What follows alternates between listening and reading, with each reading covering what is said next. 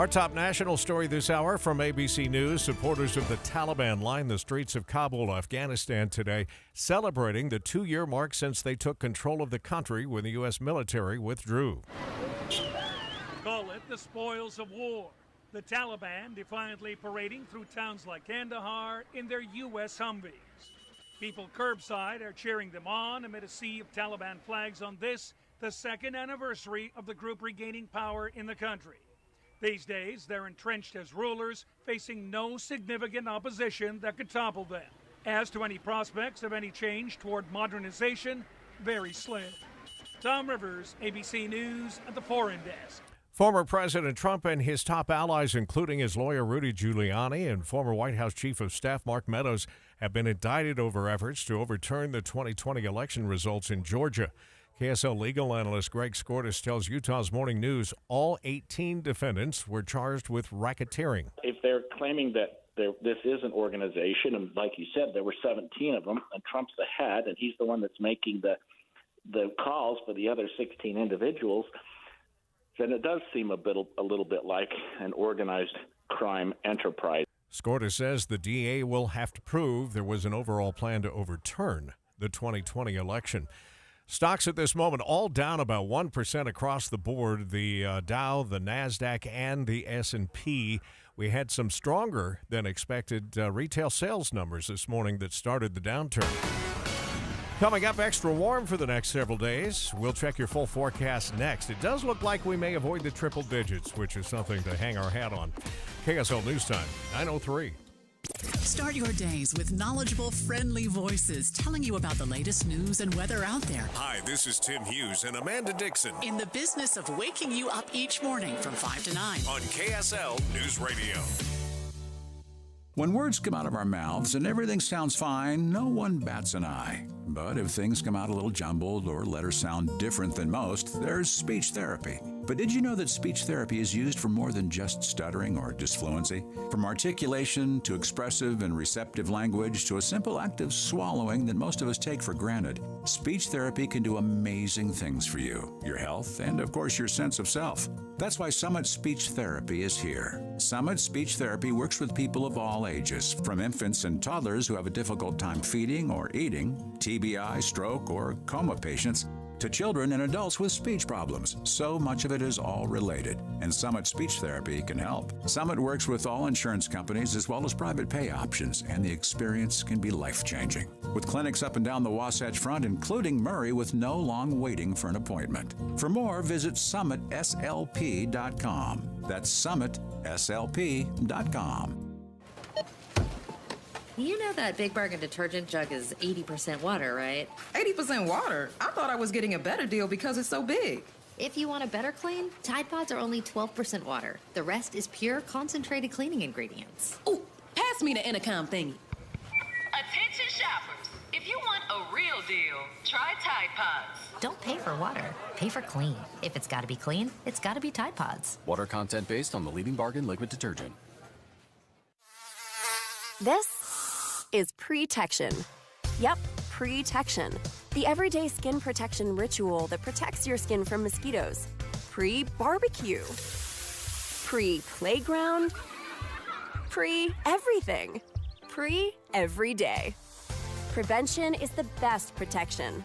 This summer, make sure you have OFF, the #1 dermatologist-recommended repellent brand.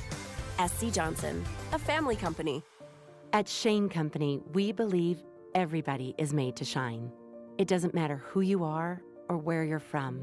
Your moments, your milestones, your love story all deserve to shine bright. You don't need an occasion. You and your life are the event. So put on earrings that make you sparkle, diamonds that light up the room, an heirloom you'll treasure for years to come. We're all made to shine. Shane Company, fine jewelry since 1929. Advanced window products, from their factory to your front door in 8 weeks. Affordable windows guaranteed. 801-850-9100 or advancedwindowsusa.com. The name's Osborne, Josh Osborne, and I'm so excited to announce our 00 summer sale here at Volkswagen Southtown. Summers are for thrills, chills, and hot deals. Get a new high-tech VW for nothing down and no payments for 90 days. Our 00 agents are standing by to make sure you pay nothing down and have no payments for 3 months so you can achieve your top secret mission this summer. Come see why we're Utah's #1 Volkswagen dealer. Get to VWSouthtown.com. 2022 VW rankings. Financing through VCI on select models OAC. See dealer for details. It's emergency traffic and weather together, brought to you by Granite Credit Union's high-yield savings certificates. We go back over to Andy Farnsworth. A lot of different problems. I-80, the biggest one, a crash as you go up towards East Canyon and past it. They've moved the vehicles to the right, so now it looks like they're letting 2 left lanes by. That's an improvement of 1 lane, but we've still got traffic backed out of the canyon to 2300 East and then down 215 to 3900 South. We've got lanes restricted on South 15 in Lehigh. It's down just before Lehigh Main Street. They just reopened the lanes and moved the vehicles to the shoulder, but you've got backups from 2100 North, southbound down to Main Street. Still have North 15 slowdowns in Bangerter Highway and Draper, 4500 South in Murray. Start your dream kitchen or bath today at Bedrock Quartz, where it's only 7 days from template to installation. Visit the new Spanish Fork showroom or bedrockquartz.com. That's bedrockquartz.com. I'm Andy Farnsworth in the KSL Traffic Center.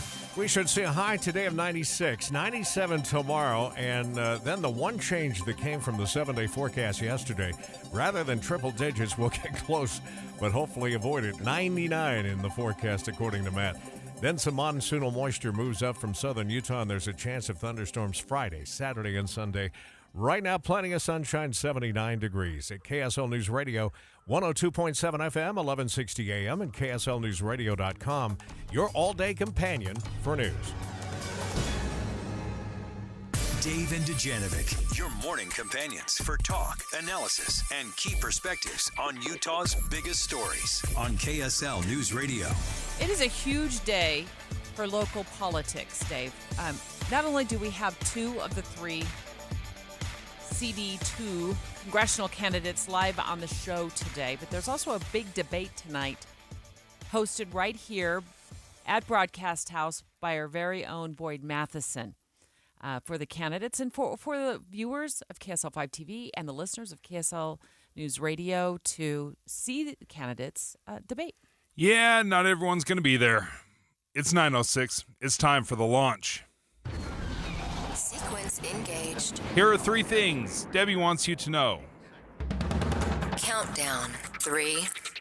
Also, to add to the big day in local politics, primary ballots are dropping today. We'll get into that in the 10 o'clock hour, like all you need to know about primary ballots 101. Also, our very own Boyd Matheson hosting the debate tonight at 6 o'clock here at KSL TV, KSL News Radio. Broadcast House is what we call it for the 2nd Congressional District race. It happens at 6 o'clock tonight.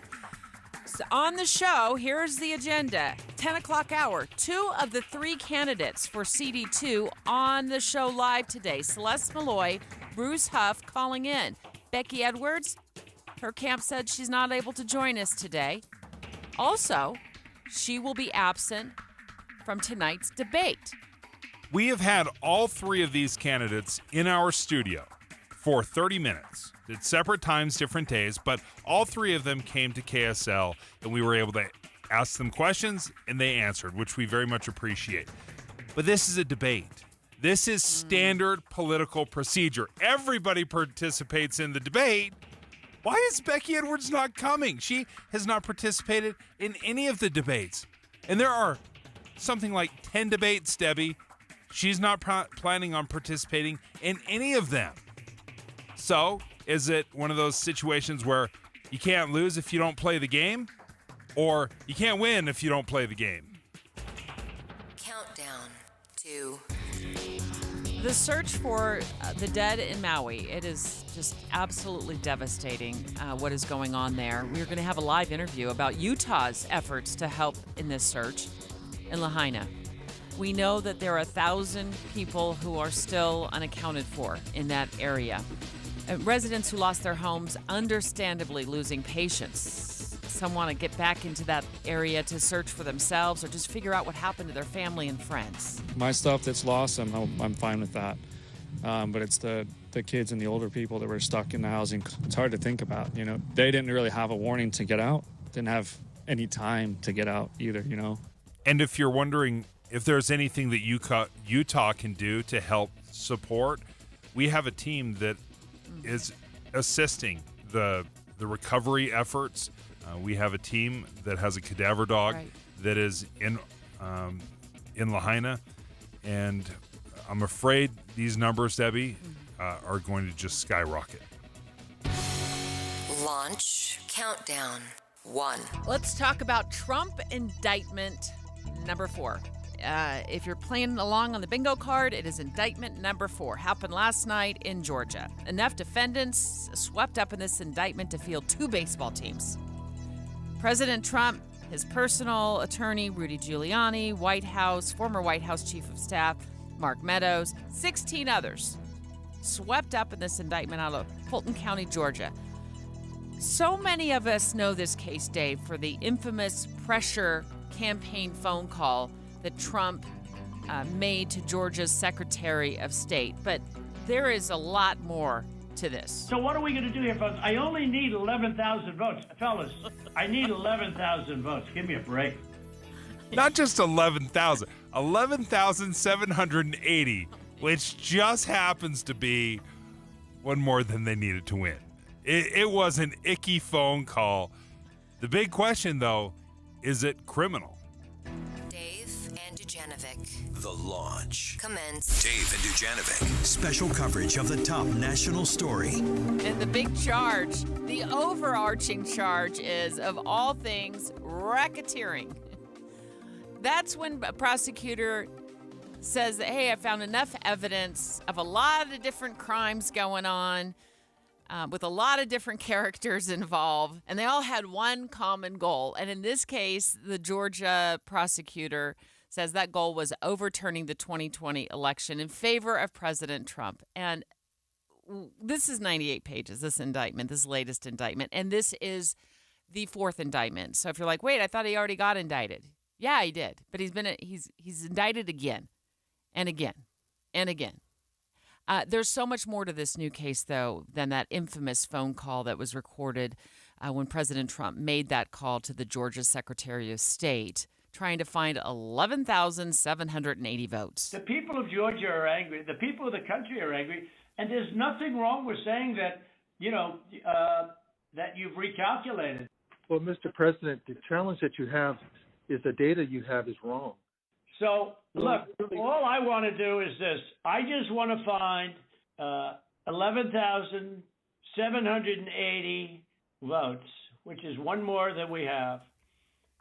So it makes this very unique in comparison to the other indictments, the 3 other charges, some federal, some state, is that the prosecutor is invoking RICO. And we're going to examine what that means, because to be quite honest, the first time I ever heard about a RICO case was when I was watching Batman. That's when I heard about RICO. I was like, RICO charges, courtesy of Christopher Nolan's Batman. Up next. Dave and Dujanovic. Hey, stay right here for more of Dave and Dujanovic. And tomorrow morning, come back here for news, traffic updates, and reliable weather. Join us to have a listen. Tim and Amanda. Your morning companions for news. The recovery and rebuild in Maui will take a generation. The fire was moving at a mile a minute. We ran out of the house. I'm lucky to be alive. Destruction of Lahaina. There is very little left there. Maui strong. You're seeing it in full display as people are coming out of the woodworks to serve, to help. During these times, Utahns pull together to help friends and communities in need. Please join us by donating to the disaster relief right at our website. Look for Maui Strong at KSLNewsRadio.com. Tim Jr. here from RGS Exteriors. I want you to know that it's the little things that count. Any remodeler can say they treat customers right when it comes to siding, gutters, windows, and exteriors. It's hard to know for sure. If a contractor uses cheap generic nails instead of super grippy ridge shaft nails for your siding, would you even know? If they use cheap $4 caulk to install your new windows instead of paying $9 a tube for the good stuff, could you tell by looking? It all comes down to the details and trust. At RGS Exteriors, we only do things one way, the right way. We never cut corners. We never skimp on details. We never do less than the job requires. That's why we offer our industry's exclusive 10-year everything guarantee. And it's why we have the happiest customers. If you need any gutters, siding, or replacement windows, call RGS Exteriors at 801-280-3110 or visit rgsutah.com. That's 801-280-3110 or online at rgsutah.com.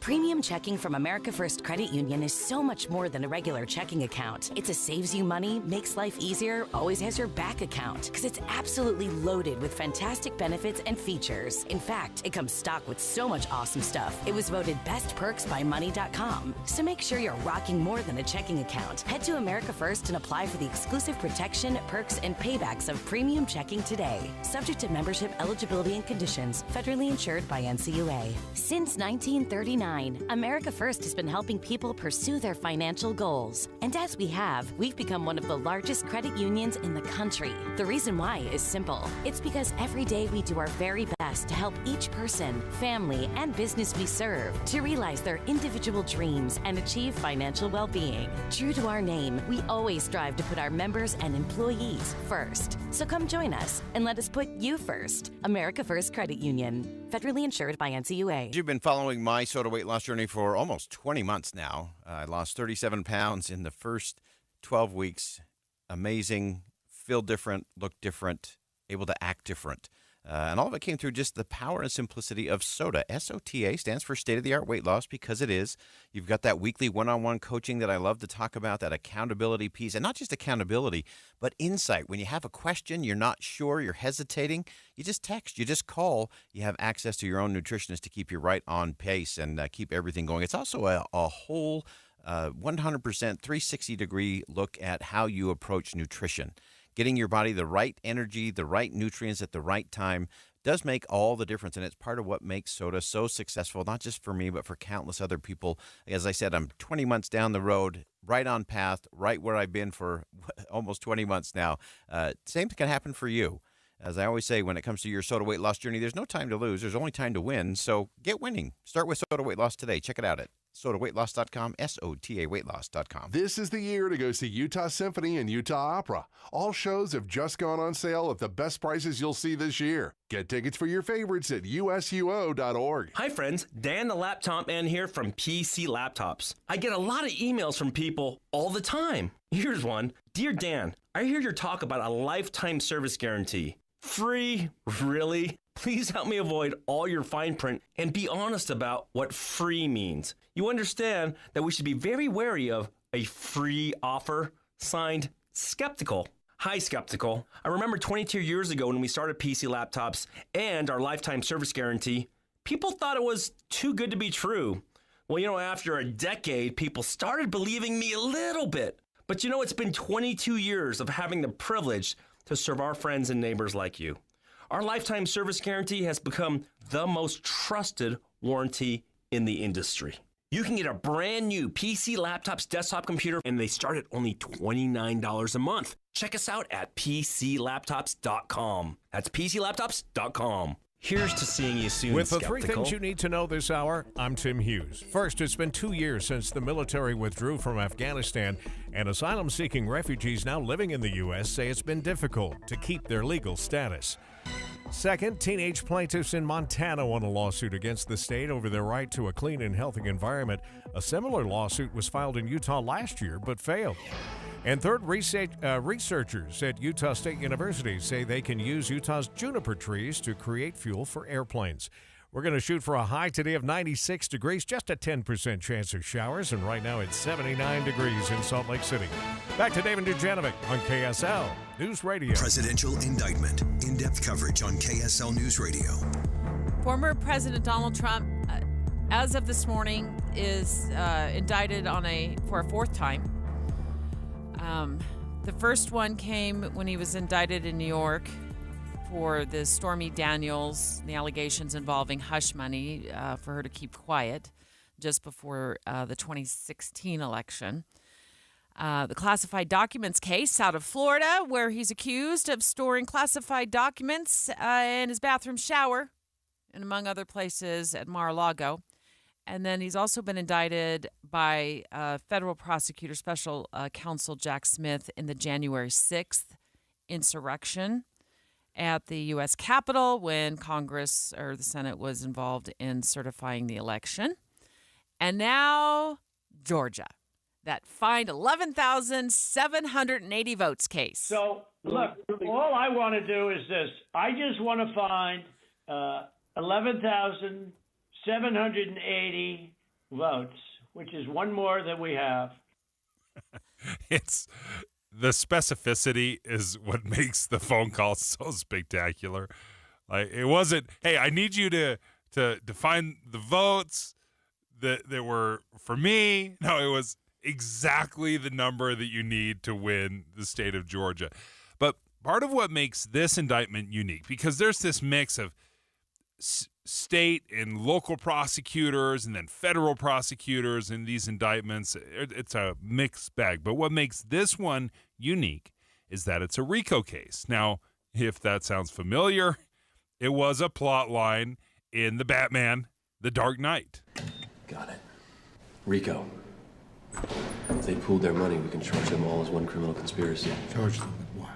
In a RICO case, if you can charge one of the conspirators with a felony, you can charge all of them with it. That's great. It was like the best explanation I've ever heard of a RICO case, and I got it from Christopher Nolan's Batman. Yeah, in this case, there are 19 who are swept up in this latest indictment by the Georgia prosecutor who went to a grand jury yesterday, and then the grand jury handed up the indictment. 41 counts from people you know, the names you recognize, like Rudy Giuliani. You might recognize former chief of staff, the White House, Mark Meadows. He's been swept up in this. Of course, Donald Trump, former president, to names you've never heard of before. Names you've never heard of before. Kanye West's publicist. I never heard of that person. I still don't know the name of that person, but I know them as Kanye West's publicist. How do they get swept up in this? So there's a lot going on with this case. It's 98 pages long. There's all kinds of different crimes that have been alleged. Dave, you asked KSL legal analyst just before this show, Greg Skordas, to call you and explain what in the world a RICO case is. So let's listen to what Greg says. So most states, including Georgia and the federal government, have what we call racketeering statutes, or short for RICO, which allows prosecutors not only to prosecute individuals who carry out acts such as selling drugs or homicide or anything like that, but allows them to go a little deeper into the people that encouraged it, the leaders. You might call them the shot callers, the people that were directing the operation. If the government can prove that, in fact, it was a joint venture, it was a meeting of the minds between all of the members of the conspiracy, and allows them to prosecute not only the people that commit the underlying crimes, but those that direct them to do so.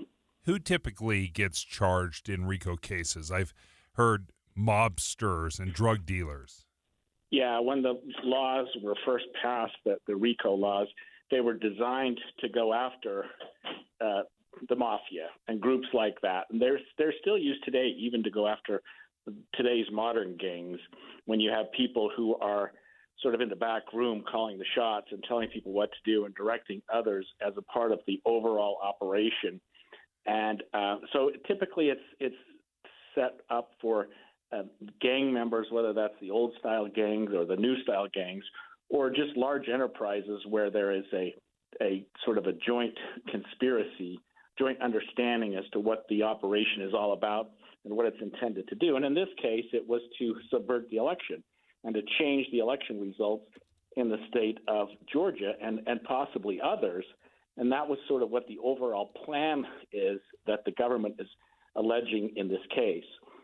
What are the fundamental weaknesses in RICO cases? A hard thing that the government has in RICO cases is showing that all of the people charged really knew what the others were doing, or that there was a joint operation. So if, for example, the leader of the organization says, hey, wait a minute, I did not know what these guys were doing. I didn't direct that. I didn't tell them what to do. That's a bigger problem. You've got to get people on the lower rungs, the people that were actually doing the running, whatever you want to call them, to go and testify, yes, I was doing what I did, but I was directed by others to do so, and I was directed by so-and-so to do so. They have to be able to point fingers and talk about plans and operations and meetings and discussions and ways that they can show that the others were involved and encouraged everyone's acts as a part of this whole conspiracy. Now, some of the reports say that of all these people that are charged, 19 in total, that President Trump not only didn't know who they were or what they were doing, but I guess I look at it like this. Obviously, Trump knows Rudy Giuliani, his personal lawyer, but what about Kanye West's publicist? Yeah, those are hard, but David, it's not so much that the leader has to know all the players. It's that the leader directed the operation to include the players. And so let's say it's a drug organization, and you're the drug lord, and you're telling people, look, I need runners here, I need people who can distribute drugs there, I need the dealer on the street.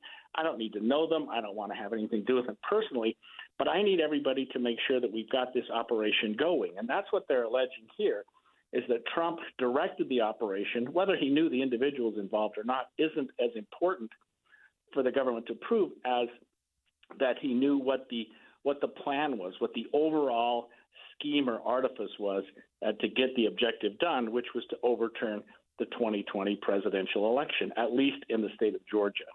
But I would have to assume that they would need to make some sort of direct correlation from Kanye West's publicist to somebody else higher up in the organization and higher and higher and higher until eventually it gets to Trump. Am I reading that correctly? Yes. I mean, they're going to have to probably work with some of these lower rung people and say, look, you can be at the trial sitting at the table next to Donald Trump, or you can be with the government testifying. We'll give you a plea bargain, but you're going to have to tell us how and why you got involved in this, who was directing it, what the overall scheme was, and what your role in it was, as you know it. And if you know any of the other players, and they'll usually have like an organizational chart, like a big graph in front of the jury with, in this case, probably Donald Trump's picture at the very top. And then they'll go through each of the lower rungs and ask those people who they answered to, who was giving them directions, who was telling them what to do, and ultimately work their way up to the top. Wow, that was a really excellent explanation by our KSL legal analyst, Greg Skordas, about what racketeering is and the RICO case involving President Trump and former President Trump and 18 other defendants. I want to add to this, though, Dave, that in my view, in my experience, racketeering cases are extremely difficult to sell to jurors because jurors can easily get confused, or to the kind of the questions that you brought up, like how do you prove a connection between and convince a jury that Kanye West's publicist is somehow involved directly with the former president in this racketeering scheme. And I went back into the archives and I looked at some cases where racketeering charges have fallen apart. And there's a pretty famous case in the early 80s in 1981 when the federal government tried the racketeering charges against the Hells Angels, the motorcycle gang. I think this took place in California, and there were several trials. And in the end, it resulted in mistrials and dismissals because they couldn't convince the jury. I think one case ended in a hung jury.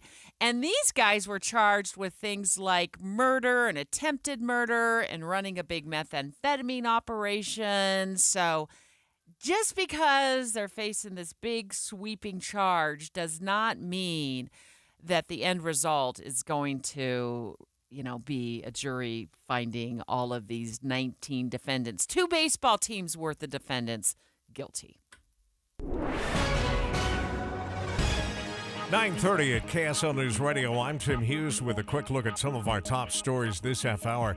Little League International has permanently removed bunk beds from their dorms in Williamsport, Pennsylvania, 1 year after a Utah player nearly died falling off of one. I mean, you talk about gross neglect. All we've been through, and it was 100% preventable. Easton Oliverson's parents exclusively spoke with Good Morning America back in May. They're still in a legal battle with the Little League after they sued them, claiming that Easton's bed didn't have a railing. The league initially removed the bunk beds not long after Easton's fall, but are now keeping them out for good. Some students in Utah will be waking up this morning for their first day of school. It's the first day of class for Washington County in southern Utah, as well as a couple of other districts down south like Iron County and Kane County. Our top national story this hour from ABC News. 99 people are now confirmed dead from the wildfire on Maui as federal resources now flood the island. ABC's Alex Stone is on Maui. The governor is saying the number of dead here will very likely double at least. Work is only beginning to search homes for human remains. The governor says the first 80 victims found were in cars and found on the streets where they had been trying to get away from the flames. The death toll just unimaginable in this area of West Maui. Hawaii Governor Josh Green says the death toll will likely increase very significantly. The markets have been down even early this morning on the futures markets, but they continue to lose about 1 percentage point here. That after some stronger than expected retail numbers, which in a normal world financially you would think would spur the markets higher. That's not the case so far this morning. Coming up, dry and highs in the upper 90s. We'll check the full forecast coming up next. KSL News Time, 9:32. This summer, the political season heats up. By August, it'll be time for debates. Can you believe it? We're planning coverage of the real issues, the important stories that impact how we live. Listen each morning from 5 to 9 on KSL News Radio. At Fisher Investments, our clients know we have their backs. How do your clients know that? Because Fisher Investments is a fiduciary, the highest standard for a financial advisor. It means we're there for our clients and always put their interests first. So wait, you do it because you have to? No, we do it because it's the right thing to do. Our clients trust us with their retirement savings, and we know how important that responsibility is. So we take the time to really get to know them. Get to know them how? We make sure we understand their unique goals, finances, health, family, and lifestyle so we can tailor their portfolio to their specific needs. Our goal is to help them achieve a comfortable retirement. Sounds like a big responsibility. You must make big commissions then, right? No, we don't sell commission-based products. We have one single transparent fee that's structured so we do better when our clients do better. Visit FisherInvestments.com to find out why investors like you are switching to us.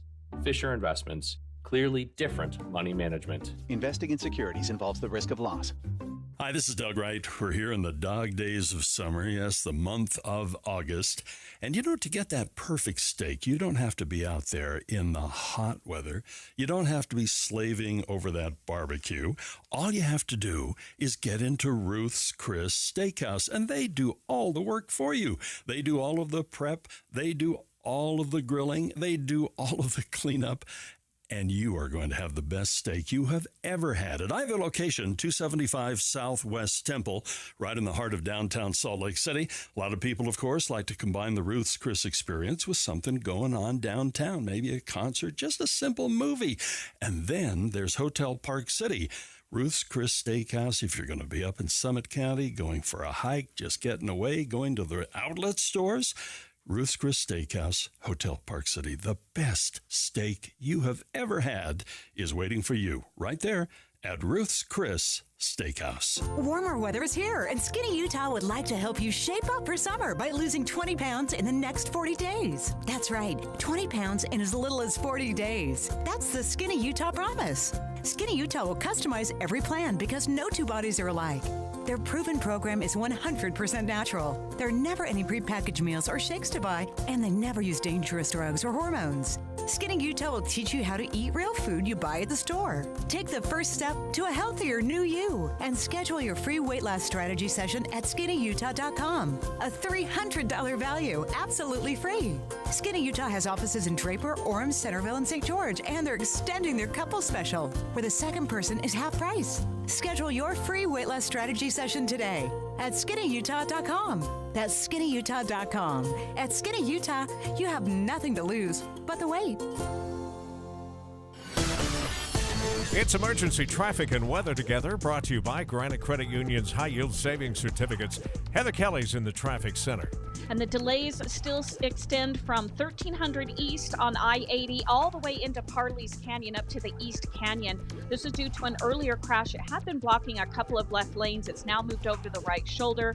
So traffic is starting to move a little bit better, but it's going to take a long time to clear out these delays. And unfortunately, you have more crashes eastbound I-80 at State Street and 1300 East, plus another crash east of the original crash that caused issues in the canyon to start with. You also have delays southbound I-15 and Lehigh from a stalled vehicle. Use Superior Water and Air for all your HVAC and plumbing needs. Call 974-9090 or visit superiorwaterandair.com. Superior Water and Air, we got this. Heather Kelly in the KSL Traffic Center. 96 for a high today. We'll look for highs sticking around in the upper 90s for most of the week. And look at the chance of rain Friday, Saturday, Sunday, even Monday. The very warm temperatures will be short-lived. We'll be back into the mid-80s to start next week. Right now in Salt Lake City, 79 degrees at KSL News Radio, 102.7 FM, 1160 AM, and KSLNewsRadio.com. Your all-day companion for news. Presidential indictment. In-depth coverage on KSL News Radio. Former President Donald Trump facing 4 separate state and federal indictments, ranging from hush money payments regarding an alleged affair with a porn star to election interference. This latest one happening last night in Georgia. He faces, are you ready for this, Deb? 641 years behind bars. If he were convicted on every count, got the maximum sentence according to Politico, then he's going to spend 641 years behind bars. Now, with all these legal challenges, the question I have is, you've spent $40 million in legal fees. Speaking of Donald Trump, already $40 million in legal fees. How much campaigning are you going to be able to squeeze in now? And one of the biggest events coming up is the GOP debate. It comes up in a little over a week. We still don't know if Trump's going to attend or not. Brittany Shepard, ABC News national politics reporter in Washington, D.C. Good morning. Good morning. Do you know if President Trump is planning to attend the event? I know it's just, I think it's shortly after or right around the time he's supposed to turn himself in the Georgia case. Correct. I would say my guess is as good as yours, which is to say we don't know. Next week, Trump said that he's going to have a press conference in Bedminster in Jersey next Monday. And it's possible, and I really want to emphasize possible, that we get more details there on whether or not he's going to be there. But it truly is right now anyone's guess. And his campaign is saying, our polling is strong. We might not need the debate at all. You guys, you TV networks might need me more than we need you, and his campaign might have a point. I know you guys are talking about that crazy calendar. I think it's important to reiterate just like how wacky the next year is going to be. So he must surrender in the Georgia case by next Friday, August 25th. That's just 2 days after the first Republican debate. We hear he might try to do some counter-programming. We're not sure. Jury's out there, I guess, pardon the pun. His trial on the January 6th case could begin as early as January 2nd of next year, and that's just 2 weeks for the Iowa caucus's vote. That's 5 months from today, by the way. And there's more. Just a few weeks after Super Tuesday in March, there's a criminal trial in New York over the hush money payments to Stormy Daniels. And in May, that started the federal criminal trial for the classified Mar-a-Lago documents case. I mean, it's just a mouthful. It's a whirlwind. All of the while running for president, having to talk to voters, having to raise money, having to pay those really hefty legal fees, and then having to deal with, entire constituency and Joe Biden. Yeah, that is a very, as you said, very full calendar.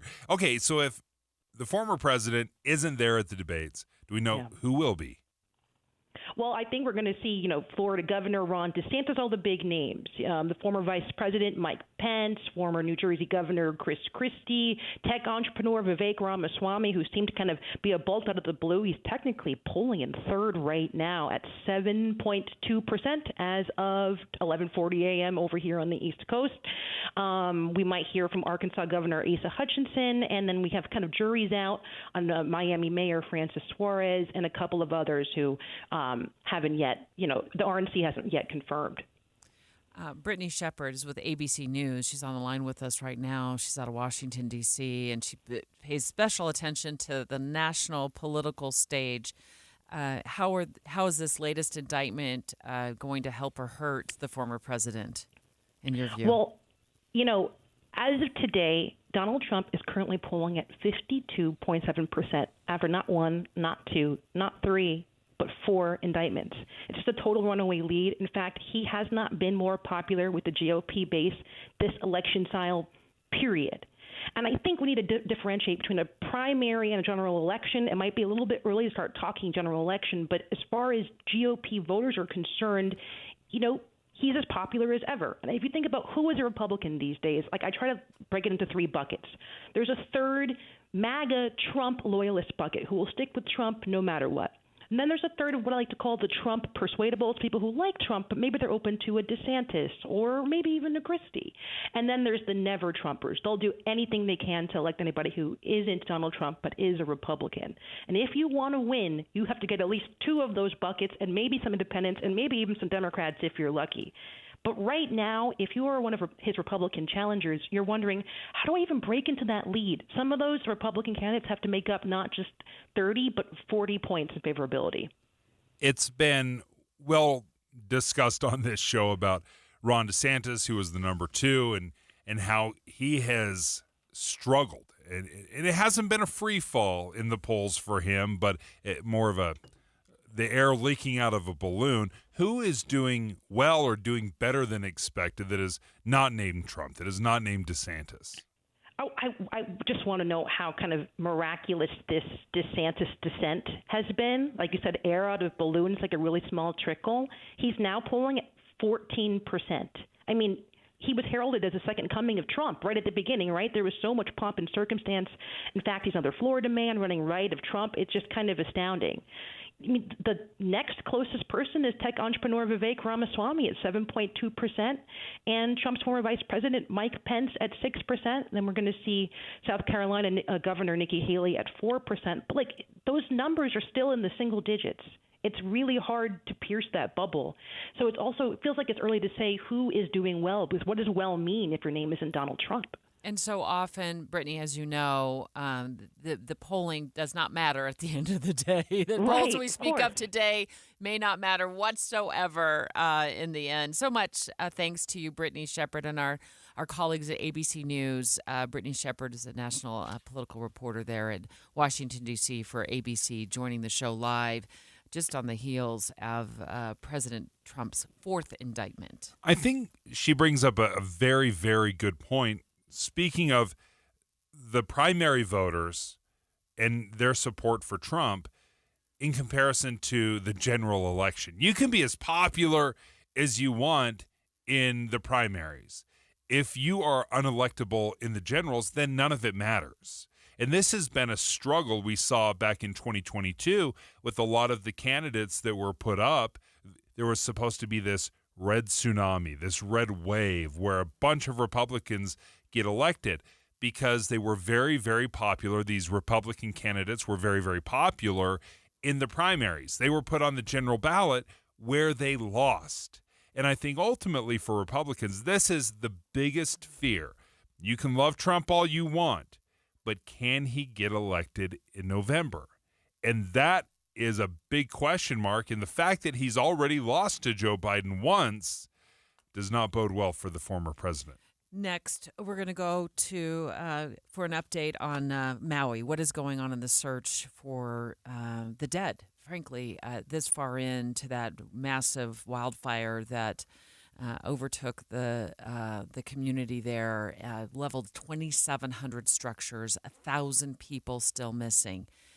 Utah is contributing to the search efforts. We've got 2 firefighters and a cadaver dog team in Maui. We're going to have a live conversation with Utah Task Force 1's program manager next on an update in that search. Dave and Dujanovic. Did you know Utah has just one all-news station in the morning? It's this one, weekday mornings between 5 and 9. Start your days with us. We're Tim Hughes and Amanda Dixon. Your morning companions for news. Attention smart homeowners. You don't have to fall for flashy promises and companies that don't even prove their work.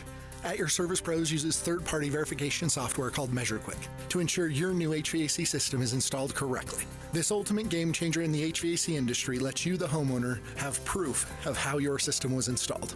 At Your Service Pros utilizes our Bluetooth tools to upload all of your system's information into MeasureQuick. We rely on data-driven insights to properly commission, optimize, and fine-tune your HVAC system for peak performance, improving your family's comfort, lowering your utility bills, and extending the life of your HVAC system.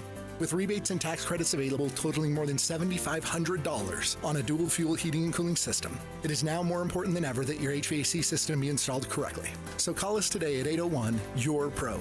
That's 801-YOUR-PRO. Have the peace of mind of saving up to 50% on your new system and knowing it's installed correctly by calling 801-YOUR-PRO. Watch parties aren't what they used to be. Welcome to today's matinee. Ever since we got Xfinity, my little sister and her friends can easily stream all their favorite stuff. We'll start with 2 episodes of Top Chef, then Chopped. When I was a kid, we'd worry about buffering. Now they just worry about what's on the charcuterie board. Enjoy these fine meats and cheeses. These are just cut up hot dogs and spray cheese. Indeed.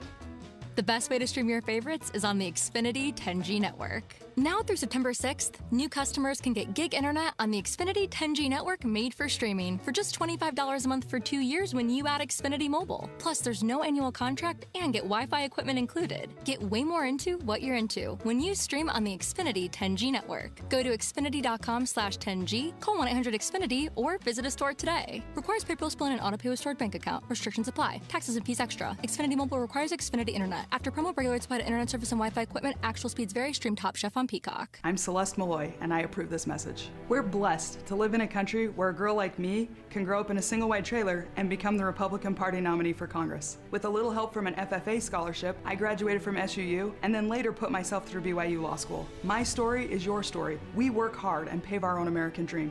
Congressman Chris Stewart and Rob Bishop have both endorsed me because they know I'll take our conservative values to Washington, D.C. I'm Celeste Malloy, and I ask for your vote on September 5th. Paid for by Celeste for Congress. Give your savings a boost with 5% APY on a 12-month certificate from Cyprus Credit Union. Learn more at cypruscu.com. At Fisher Investments, our clients know we have their backs. How do your clients know that? Because Fisher Investments is a fiduciary, the highest standard for a financial advisor. It means we're there for our clients and always put their interests first. So wait. You do it because you have to? No, we do it because it's the right thing to do. Our clients trust us with their retirement savings, and we know how important that responsibility is. So we take the time to really get to know them. Get to know them how? We make sure we understand their unique goals, finances, health, family, and lifestyle so we can tailor their portfolio to their specific needs. Our goal is to help them achieve a comfortable retirement. Sounds like a big responsibility. You must make big commissions then, right? No, we don't sell commission-based products. We have one single transparent fee that's structured so we do better when our clients do better. Visit FisherInvestments.com to find out why investors like you are switching to us. Fisher Investments, clearly different money management. Investing in securities involves the risk of loss. Emergency traffic on KSL News Radio, and we're still looking at almost 7 miles of stop-and-go traffic eastbound I-80. You'll see those brake lights as you approach the 2300 East exit in Salt Lake, but they extend all the way to the East Canyon, where we had a multi-vehicle crash blocking several lanes of traffic. All those vehicles are now on the right shoulder, so speeds are improving, but it's still going to be a long slog. Heather Kelly in the KSL Traffic Center. With the 3 things you need to know this hour, I'm Tim Hughes. First, 99 people have been confirmed dead on Maui in the wake of serious wildfires. Federal officials are bringing resources to the island, trying to help with the recovery. Second, Little League International has permanently removed bunk beds now from their Pennsylvania dorms, just 1 year after a Utah player almost died falling off of one. And third, young people in Montana, including a 5-year-old, have won a lawsuit arguing that they have a constitutional right to a clean and healthy environment. We'll shoot for a high today of 96 degrees, and right now in Salt Lake City, it's 80. Let's get you back to David Dujanovic on KSL News Radio. The Maui Recovery, special coverage on KSL News Radio. There are 1,000 people, Dave, who are still missing in Maui, unaccounted for. we know, you just heard Tim Hughes reporting, 99 people have been identified. I think their loved ones will start getting notified, or will continue to be notified today. Residents who lost their homes, they're understandably losing patience. Some want to get back into that search area where homes and businesses have been leveled to see if they can find their loved ones. Others just want professional searchers to get them word about their family and neighbors. My stuff that's lost, I'm fine with that. But it's the kids and the older people that were stuck in the housing. It's hard to think about. You know, they didn't really have a warning to get out. Didn't have any time to get out either. You know. And Debbie, I've been looking on the governor's website, and he has posted so many different videos and photos of the affected areas. And when we describe these wildfires as they were coming through, let me just focus on Lahaina, which is probably the most populous area, obviously the most populated area. And it's a very strange path that the fire took, because there's this corridor of destruction. And then I'm showing you a picture right now where you see complete and total ash, where nothing is standing as far as a structure, and you see burnt palm trees, and then this untouched white house just standing in the middle of all of this ash. And there are areas in Lahaina that are untouched, and others where it's complete and total desolation. It is so haunting and disturbing. About a quarter of that area that you're looking at right there, Dave, has been searched. And officials there are saying they hope to have up to 90% of the area searched by this weekend. There's some 2,700 structures reduced to ash and rubble. And I think, just listen to what this victim there has said. I think it gives us a better perspective of what rescuers who are in the area are up against. I can say that the exit was always changing because power lines are still coming down and cars are getting trapped and have to reverse and go back out. So everyone's kind of weaving through neighborhoods and trying to dodge trees. You see the aerial footage, you can see the cars all this way. And so they went with it, and the fire jumped to the other side, and people got trapped in the middle. And those are a lot of the people that had to, they're breathing the smoke, and they had to just jump into the ocean at that point and swim, People in buildings, people stuck in their cars, people jumping into the ocean. There's just a lot going on with a recovery effort like this. Joining us right now from Task Force 1, Brian Case, Chief Brian Case joins us. And Brian, if you don't mind just telling us what is Task Force 1 and what do you guys do, and are you able to support Maui in any way? Sure, yeah. Thanks for the invite to join you today. We have, out of Utah Task Force 1, 3 of our members. 2 of those members are deployed as part of an overhead team. An incident support team is what it's called. And then we have one of our human remains detection canine teams that was deployed as well just a few days ago. So the work that they're doing is conducting searches, obviously, unfortunately, for the remains of some of the people that were lost. And they're working closely with the authorities having jurisdiction there in Maui to conduct those searches, and then they're also working to conduct searches around buildings that were not necessarily destroyed but compromised, and so they're using some structural assessment tools as well as conducting those searches. So talk to us about the complexity of a search like this with so many people still missing, and you have the buildings that are reduced to rubble. You have people who were trapped in their cars. You have reports that people were out in the ocean. Give us some perspective there, Chief. Sure, yeah. So, the difficulty with these fires is when they're wind-driven, it's difficult for people, if they didn't get a notice, to get out. Or even if they did get a notice, in many cases, these fires can move so very quickly and overcome some people. It is not a new thing for us, but our system, Utah Task Force 1, is part of a 28 task force system around the country. We've responded to several of these incidents, and the type of work that we do is, related to earthquake stuff and hurricane responses and things like that, but we do find ourselves responding more to these fires, and it's called a wide area search. And when these fires trap individuals, it is nearly it's a nearly impossible task from a layperson to locate some of these victims, because unfortunately they have been so badly burned. But these system task forces have these amazing canines that are going to be a frontline tool in the search for these bodies at this point. How many cadaver dogs, for clarity, I guess, how many does Task Force 1 have, and are they common? What kind of training do they go through? Sure, yeah, great question. So currently Utah Task Force 1 has one of these cadaver dogs. They're called human remains detection canines. Most of our focus is on rescue, so we're talking about recovery. So we have far more rescue trained dogs that are trained to find live victims in structures or collapse situations. They go through hundreds, if not hours, or thousands of hours of training to, one, obtain certification, and then, of course, to maintain that. And these canines are probably the most valuable tools that we have among all the tools that we have in our cache.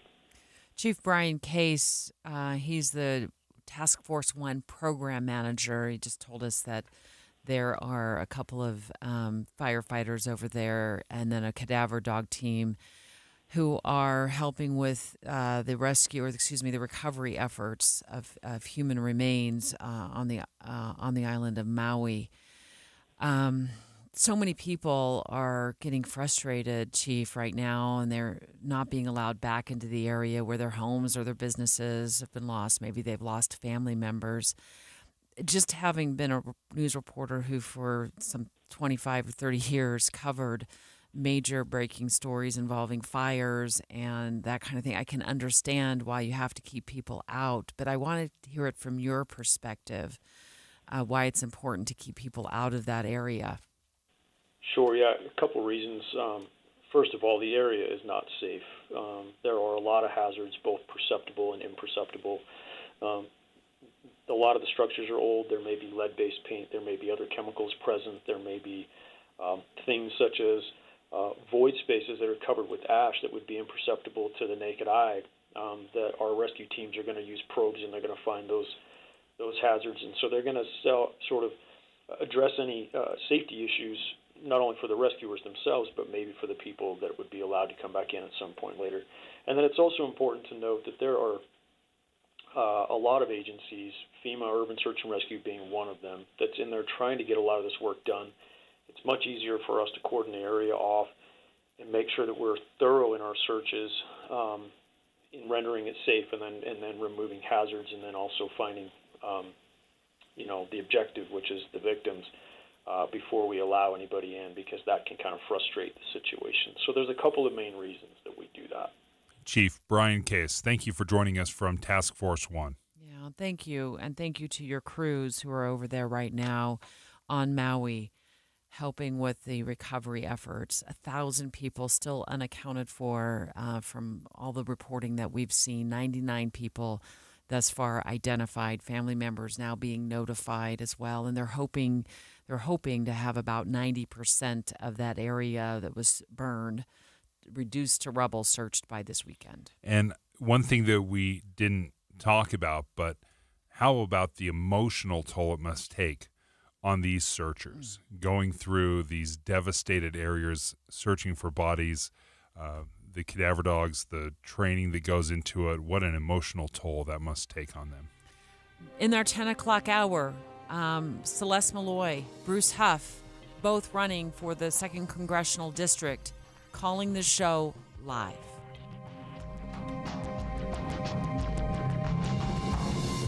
KSL FM Midvale, KSL Salt Lake City. Listen on the KSL News Radio app and in your car at 102.7 FM. KSL News Radio, your all-day companion for news.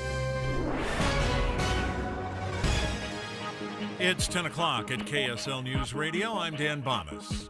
Our top story this hour, residents of Lahaina have been working to airlift essential supplies to survivors in their town. One member of the group that's doing this spoke with KSL, sharing the impact of those donations. So far, in the past 4 days, we've raised $150,000, And so far, we probably have only spent like 40 or 50 of it. Levitt says she's spent that money on flying in key supplies like baby formula and beef jerky to Lahaina survivors. She has a message for caring Utahns. This isn't just going to be a quick fix. This is not a sprint. It's going to be a marathon, and it's going to take a long time to rebuild up Lahaina and to get people's homes. Moving on, a judge in Montana has ruled that state residents have a fundamental right to a clean environment, and it could set a precedent for similar cases in Utah and elsewhere. A federal judge tossed Utah's version of this lawsuit last November, but the state Supreme Court has taken up the plaintiff's appeal. Our top national story this hour from ABC News. Former President Trump now facing his fourth criminal indictment, this one brought by state authorities in Georgia for his alleged effort to overturn the 2020 election results.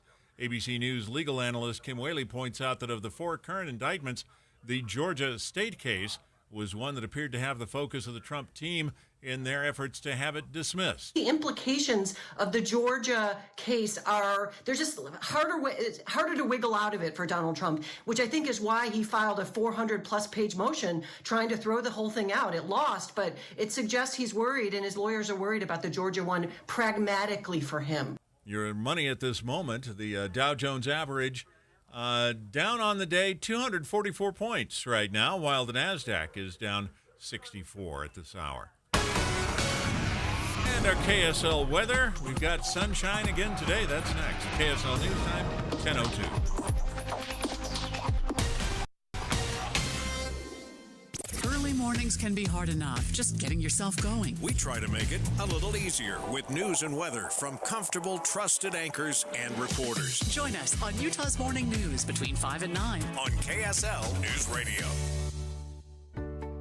Tim Jr. here from RGS Exteriors. And let's face it, it's time to update the look of your home's exterior. When was that thing built? In the 50s, 70s, 90s, the 2000s? Well, it's looking like it. Faded siding, drafty windows, leaky gutters. It's time to take action now. RGS Exteriors has been taking Utah homes from drab to fab for over 5 generations. We only use the highest quality materials like James Hardie siding and gutter topper gutter covers. You will be blown away by how much different and better and awesome your house can look. Your neighbors will be jealous, your home value will go up, and most of all, you're going to love it. Everything we do comes with our industry-leading 10-year everything guarantee, so you can sleep like a baby, knowing if anything goes wrong, you're 100% covered. For a free estimate on your gutters, windows, siding, or anything on your outside of your home, call RGS Exteriors at 801-280-3110 or visit us at rgsutah.com. That's rgsutah.com. The name's Osborne, Josh Osborne, and I'm so excited to announce our 00 summer sale here at Volkswagen Southtown. Summers are for thrills, chills, and hot deals. Get a new high-tech VW for nothing down and no payments for 90 days. Our 00 agents are standing by to make sure you pay nothing down and have no payments for 3 months, so you can achieve your top secret mission this summer. Come see why we're Utah's #1 Volkswagen dealer. Get to VWSouthtown.com. 2022 VW ranking. Financing through VCI on select models OAC. See dealer for details. For the ones who work hard to ensure their crew can always go the extra mile, and the ones who get in early so everyone can go home on time, there's Grainger, offering professional-grade supplies backed by product experts so you can quickly and easily find what you need. Plus, you can count on access to a committed team ready to go the extra mile for you. Call, click Grainger.com, or just stop by. Grainger, for the ones who get it done. I was talking with one of the trainers at our gym the other day, Tim, about weight loss, because he had mentioned, hey, you lost a lot of weight. And I said, thank you. I did the soda weight loss thing. He said, I have clients and we can work out till the cows come home. But if they don't change what they do in the kitchen, this is never going to work. And it reminded me of other times I've tried to lose weight by working out.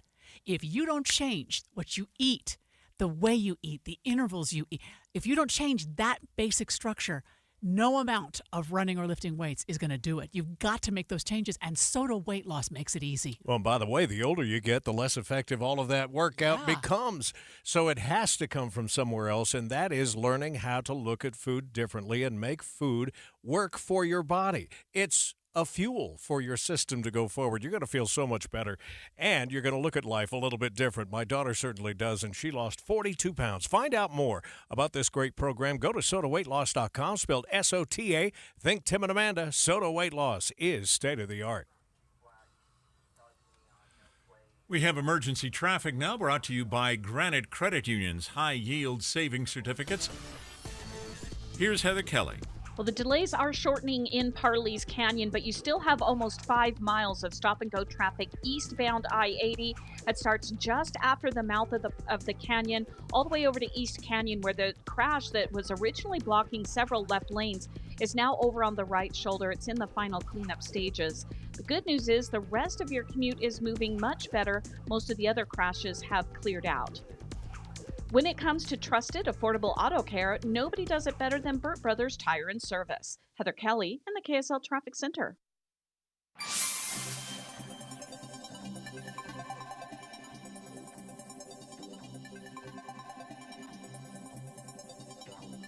The race to replace. In-depth coverage on KSL News Radio. Ballots for Utah, for Utahns who are voting in the primary election, are being sent out. We say it like this: ballots are dropping today. It's kind of silly, right? That this is not election day, although it is officially like the first election day. But when I think of election day, I think of the Tuesday, the first Tuesday in November. But now we have a million different election days, and I get this. This is a special election. We have to have a primary election before. It's unique there. I get that.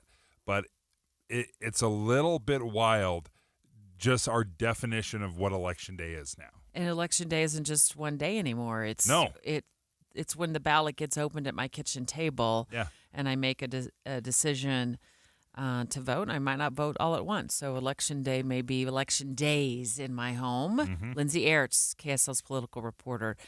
Okay, there's a lot to believe it or not. This is very, very intriguing because we've got a special election. We also have other people's names who will be on this primary ballot as well.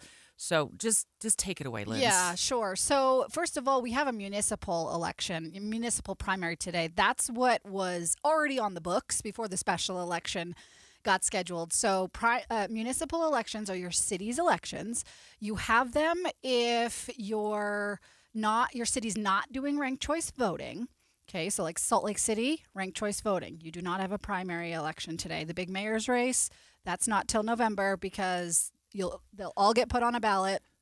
We'll rank choice vote them. So I'm just okay. You just said you will not have a ranked primary election today. Did you mean the ballot won't drop today? I meant you won't get a ballot. Ballot. I'm okay. sorry. Thank no, you it's for okay. clarifying. No, Yeah, I was like, what? Where's everybody at the polls? Clearly, okay. I'm adding to the confusion. So say that again then. Okay, so you will have an election. You will get a ballot in the mail if your city is not doing ranked choice voting. If you have a city council at-large race, so this is a race where everyone in the city gets to vote for a city council person. If your city council district has an open seat and a race, then you'll get a ballot. Or if you're a registered Republican in Congressional District 2, then you should expect a ballot. Now, that's not every Utahn.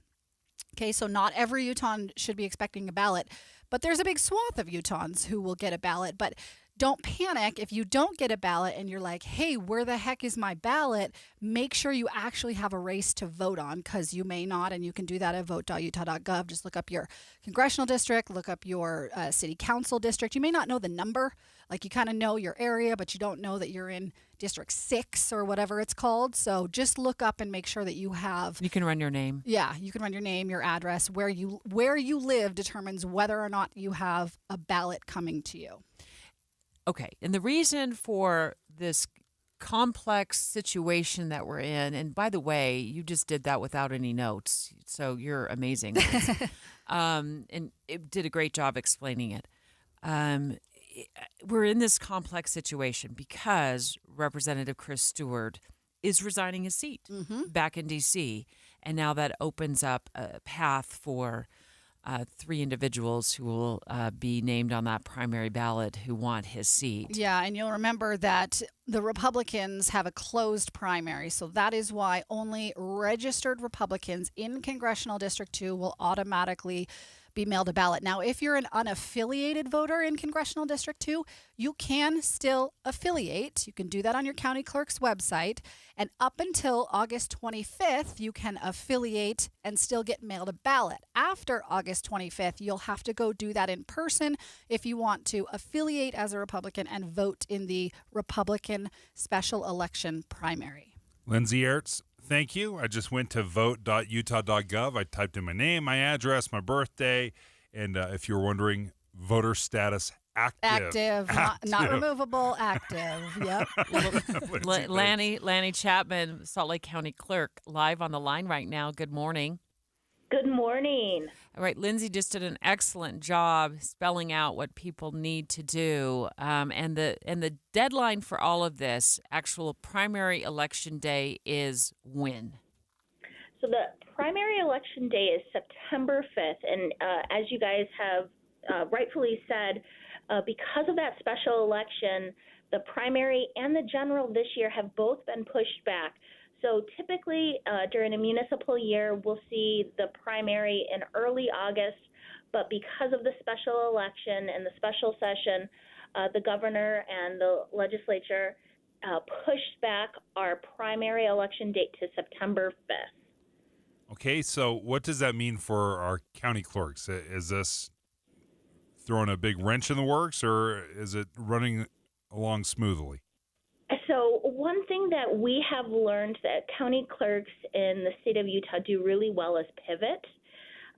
After 2020, when we weren't able to process things together with all of the new rules and regulations, we are able to pivot quickly, and that's something I think we do marvelously here in the state. We're ready. Ballots will not only drop today, but some people will actually see them in their mailboxes today, which we're really excited about.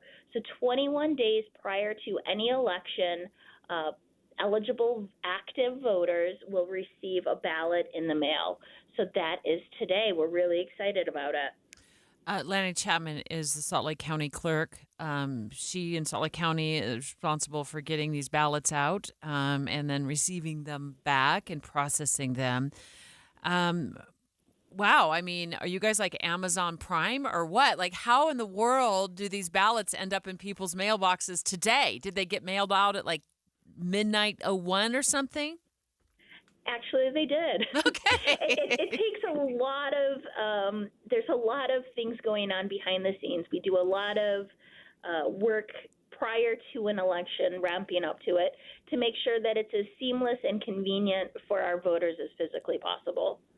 Lanny Chapman's Salt Lake County Clerk. I went to vote.utah.gov.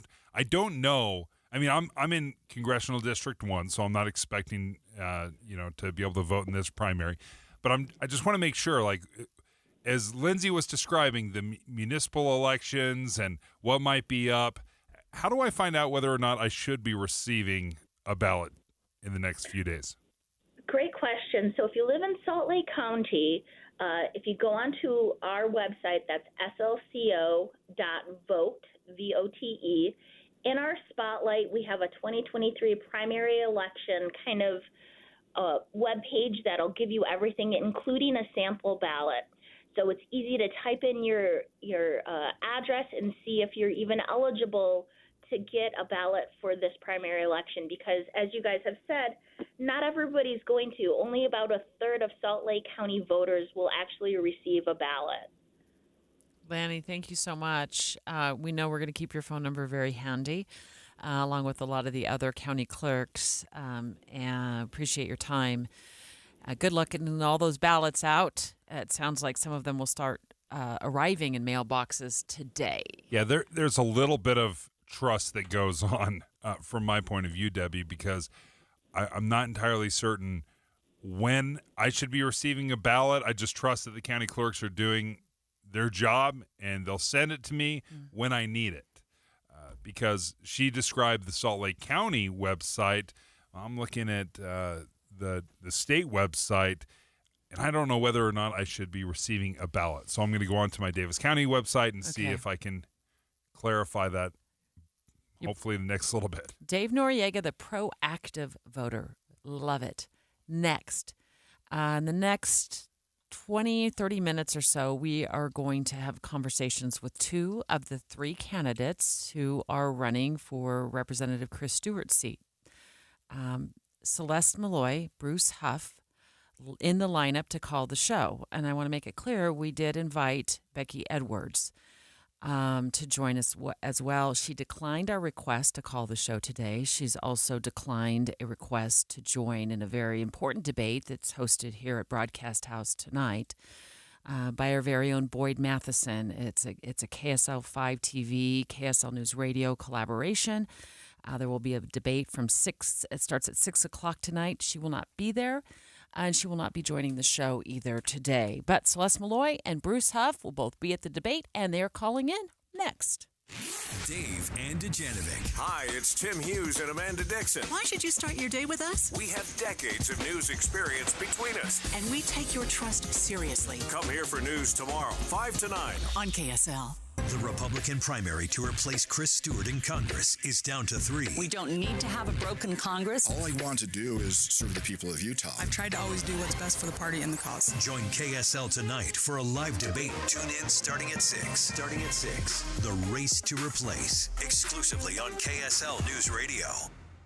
Take a second and think about how many different software systems you have in order to manage the people who work for you, and of course the people you want to work for you.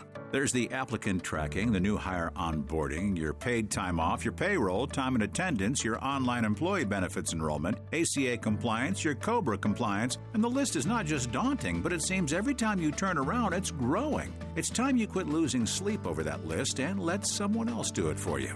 Magellan HCM has the technology and local service team to pull all those systems and services into one place, simplifying the process for everyone and significantly reducing the errors that will always occur when you're managing all those tasks in different systems.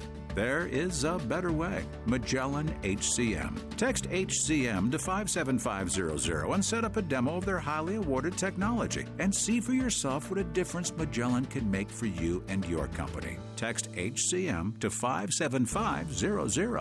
Yeah, I'm so stressed. Our business is growing. We've got people all over now. Ooma. What is that? Meditation? I'm recommending the Ooma cloud phone system with auto attendant and more than 50 features. Ooma? Yep. Switching to Ooma is a cinch. Just $24.95 per month per user, plus taxes and fees. Ooma. Now you're feeling it. Find small business calm at ooma.com/radio. That's OOMA.com/radio. For over a decade, SimpliSafe has revolutionized home security, and our latest advancement is here, 24/7 LiveGuard protection, only from SimpliSafe. Now, monitoring agents can see and speak to intruders through our new indoor camera to help stop crime in real time and for fast police response. Get 20% off any new system with Fast Protect monitoring at simplisafe.com/radio. Advanced home security, 24/7 professional monitoring for less than $1 a day. There's no safe like SimpliSafe. Any Hour Services can make sure your AC keeps you cool this summer. Whether you need a tune-up, repair, or just a second opinion about replacing it, call Any Hour Services or visit anyhourservices.com. So you'd like to start enjoying your home a little more without climbing the stairs or doing yard work. How about spacious living in a newly designed, planned community with access to activities like golf, pickleball, and even leisurely strolls on beautiful open trails?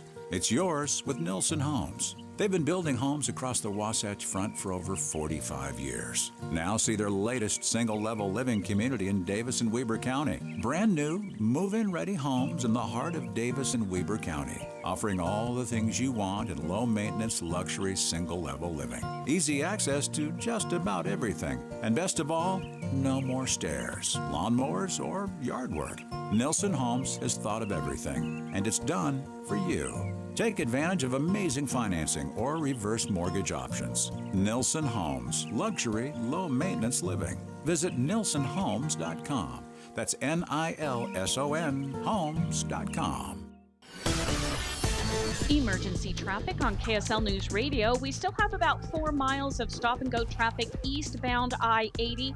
That is between the quarry and Lambs Canyon, but it's much better than the 7 miles of stop traffic we had early on. The earlier crashes we had have cleared out or have been moved over to the right shoulder, so traffic is able to move a bit more freely through Parley's Canyon. But again, you still need to allow for plenty of time to get to Park City. Heather Kelly in the KSL Traffic Center. With the three things you need to know this hour, I'm Dan Bomas. First, one of the people working to provide help for those who lost their homes in Lahaina says the relief effort will be a marathon, not a sprint. Second, a group of kids in Montana has won a lawsuit over global warming. Third, the legal team for former President Trump was apparently worried about the indictment under Georgia state law and spent a lot of time trying to head off the charges before they were filed. Right now, 83 degrees and partly cloudy in Salt Lake City. And back to Dave and Dujanovic on KSL News Radio. The race to replace. In-depth coverage on KSL News Radio. I think we can all agree on one thing, that there are some very big issues in Washington, D.C. that affect all of us, right? The nation right now, we don't have a budget secured for the new fiscal year. We are funding or helping to fund an ongoing war in Ukraine. It's costing Americans billions and billions of dollars. We have a crisis at the southern border that has yet to be addressed by those we elect to address these types of issues. That's why it is so important, this debate tonight, that we are very proud here at Broadcast House to be hosting. Our very own Boyd Matheson will be the moderator tonight. Two of the candidates in the 2nd Congressional District will be at that debate tonight. Celeste Malloy, Bruce Huff. Again, if you missed my explanation earlier, Becky Edwards also invited to participate in the debate. She declined participation in the debate tonight and also declined a request to be on the show today. The number of debates in this primary election is staggering.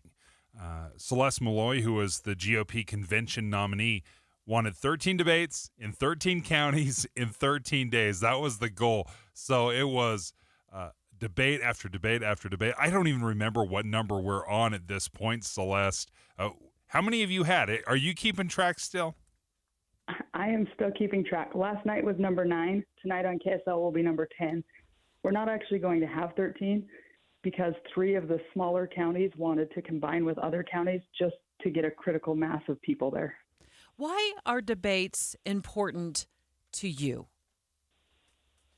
Well, the reason I originally proposed this is because this is a really short timeline for this race, and this is a really big district, and people live far apart, and I wanted to make sure that the people who are voting got a chance to hear from the people who are running. And there's no better way than showing up where they live.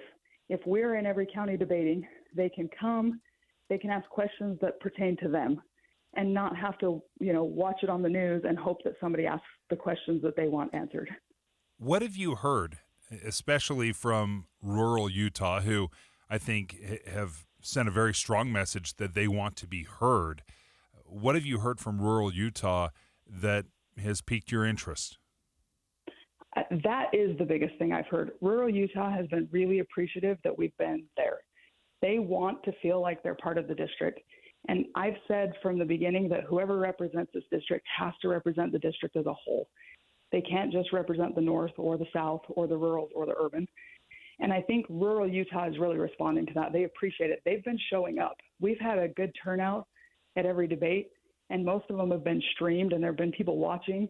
I think they just really appreciate being involved in the process. And that's what representation is. You can't represent somebody well if they don't feel like they have access.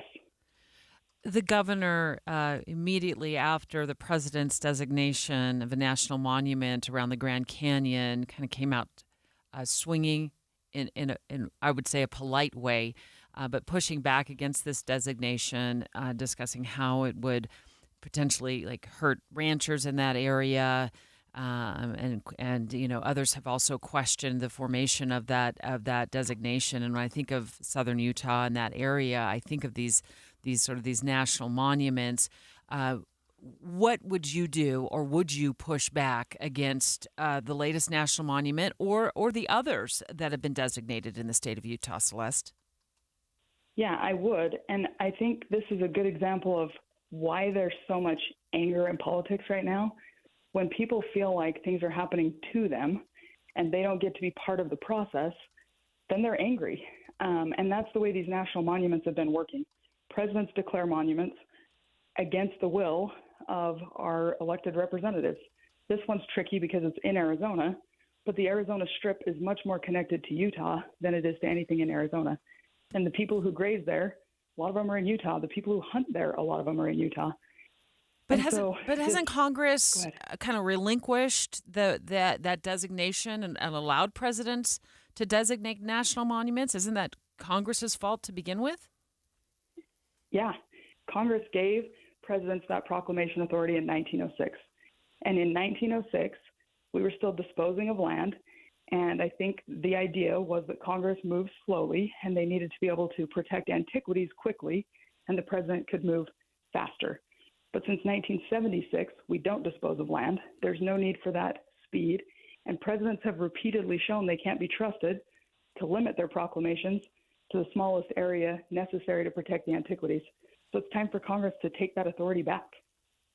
Very, well, I tell you, one of the shocking things that I heard was that 30% of national monument land in the entire United States is in Utah. 30%, which I think goes to your point that they haven't been able to limit themselves very well. Celeste Malloy is joining us right now, a candidate who will be on the primary ballot, the GOP primary ballot, as she's running for Congress to replace Congressman Chris Stewart. A little bit of curveball. You may not have gotten this question, so I'll throw it at you. I was in a joint KSL Deseret News editorial board meeting yesterday where an advocate for downwinders came in and gave us a presentation. And I didn't know this, but the Senate had recently passed a bill that would increase compensation for downwinders. So those are the people that lived in Utah, Idaho, Nevada, who were affected by radioactive fallout from nuclear testing back in the 50s, 60s. That bill will head to the House. How do you feel about increasing compensation for downwinders? I mean, obviously it's important for the federal government to take responsibility. It was a federal program to do above ground testing of nuclear weapons, and that program resulted in people being exposed to radiation and getting cancer and other diseases. So I'm absolutely supportive of the RECA program. I know one of the things that was being discussed was whether it was getting overly broad and taking in areas that may have not been affected and taking in types of cancer that may not have a clear connection to above ground testing. And I'm just a little bit out of the loop on this now because I've been campaigning instead of working in Congress. But the bottom line is the federal government has a responsibility to step up and take care of the people that it harmed by testing weapons. Do you feel the same, Celeste, about the PACT Act, which is the extension of disability benefits to our servicemen and women who were exposed to toxins while they were serving in wars overseas? That's exactly why the president came to Utah. One reason why the president came to Utah. The other was a fundraiser last week. But he did speak at the VA hospital about the PACT Act. Do you support it? Would you continue to give it your support? Even though the price tag, which Dave had the number last week, the price tag of it is $800 billion. $800 billion. Look, I don't know all of the ins and outs of the PACT Act, and when it comes to legislation, the devil is always in the details. But yes, I'll stand by the same principle that when the federal government does harm to somebody, then the federal government has a responsibility to make it right, especially when it's somebody who's in a position where it's difficult for them to sue or to get legal redress. Celeste, we know you're going to be participating in tonight's debate at Broadcast House, which is hosted by KSL News Radio, KSL TV, and also Boyd Matheson will be moderating it. Becky Edwards will not be there. Bruce Huff, we're going to have him on the show in just a moment, will be not only at the debate, but obviously joining the show. Has Becky debated with you throughout these other debates that you've been a part of? She hasn't, and I'm really disappointed about that. I mean, I said earlier that the reason we're doing these debates is so that the people throughout the district have a chance to hear from all of us and make an informed decision about who best reflects their values. And they've only heard from 2 of us. There's 3 people on the ballot, so they're not going to have as much information about Becky. And I wish she had participated. I think it would have made it a much better election for everybody involved. Celeste Malloy, thank you for joining us. Candidate in the GOP primary that will happen on September 5th. Thanks again for taking the time. Up next, Bruce Huff, who is also a candidate in the 2nd Congressional District in the primary race, calling the show. It's 10:30 at KSL News Radio. I'm Dan Bonas. KSL's top story this hour.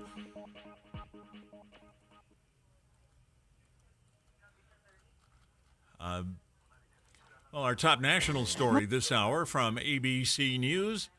99 people now confirmed dead in the wildfire in Lahaina on Maui. Today, the official death notifications are beginning for those whose bodies have been identified. ABC's Alex Stone has more from Maui. There is an extra layer of anxiety here today as police begin notifying families of those who were killed who have been identified. Once notified, the names will be released publicly. Families have been holding on to hope, and they could learn today that their loved ones did die in the fire.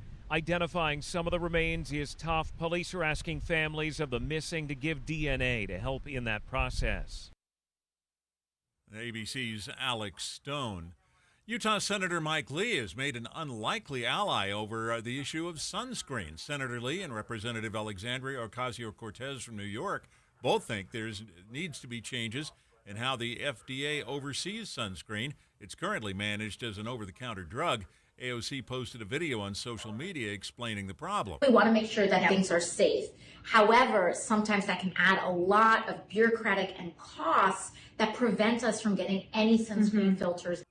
Senator Lee responded on X, formerly known as Twitter, thanking her for raising awareness and saying Congress should step in and potentially change what's regarded as a drug. Your money at this moment, the Dow Jones average down 291 points on the day right now, while the NASDAQ is down 88. And our KSL weather looks like more sunshine today and getting hotter through the week. That's next. KSL News Time, 10:32.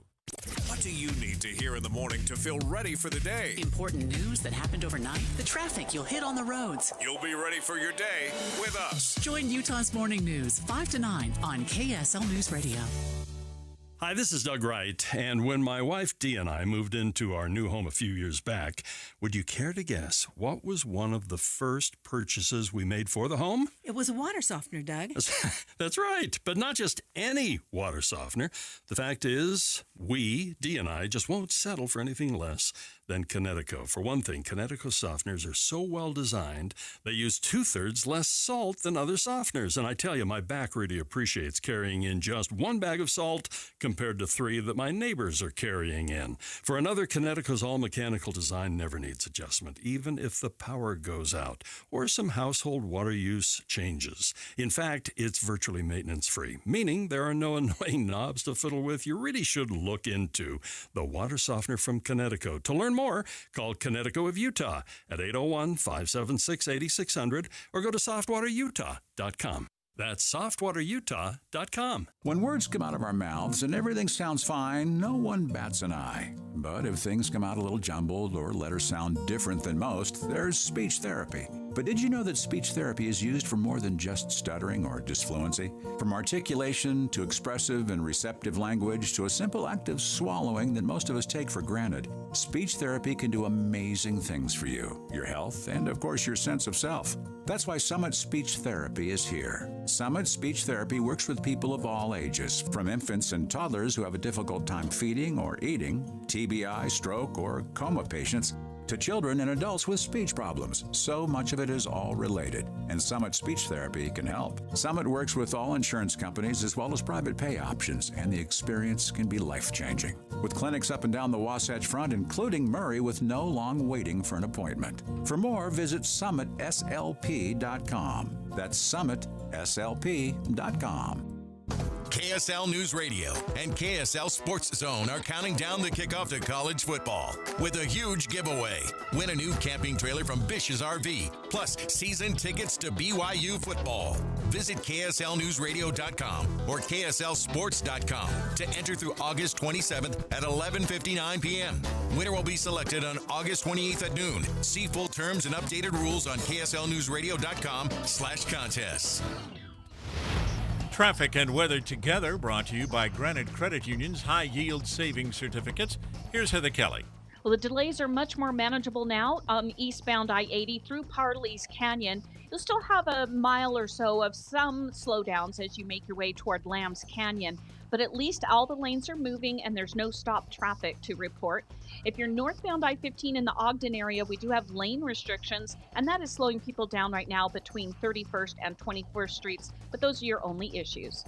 Gillette Heating and Air Conditioning is offering spring air conditioner tune-ups for only $59. Call 801-825-4500 to schedule today. A Carrier Factory authorized dealer. Heather Kelly in the KSL Traffic Center. KSL weather, hot and dry through Thursday with highs in the upper 90s and up to 100. Southern Utah will have afternoon showers and thunderstorms, and those could arrive in northern Utah Friday and Saturday.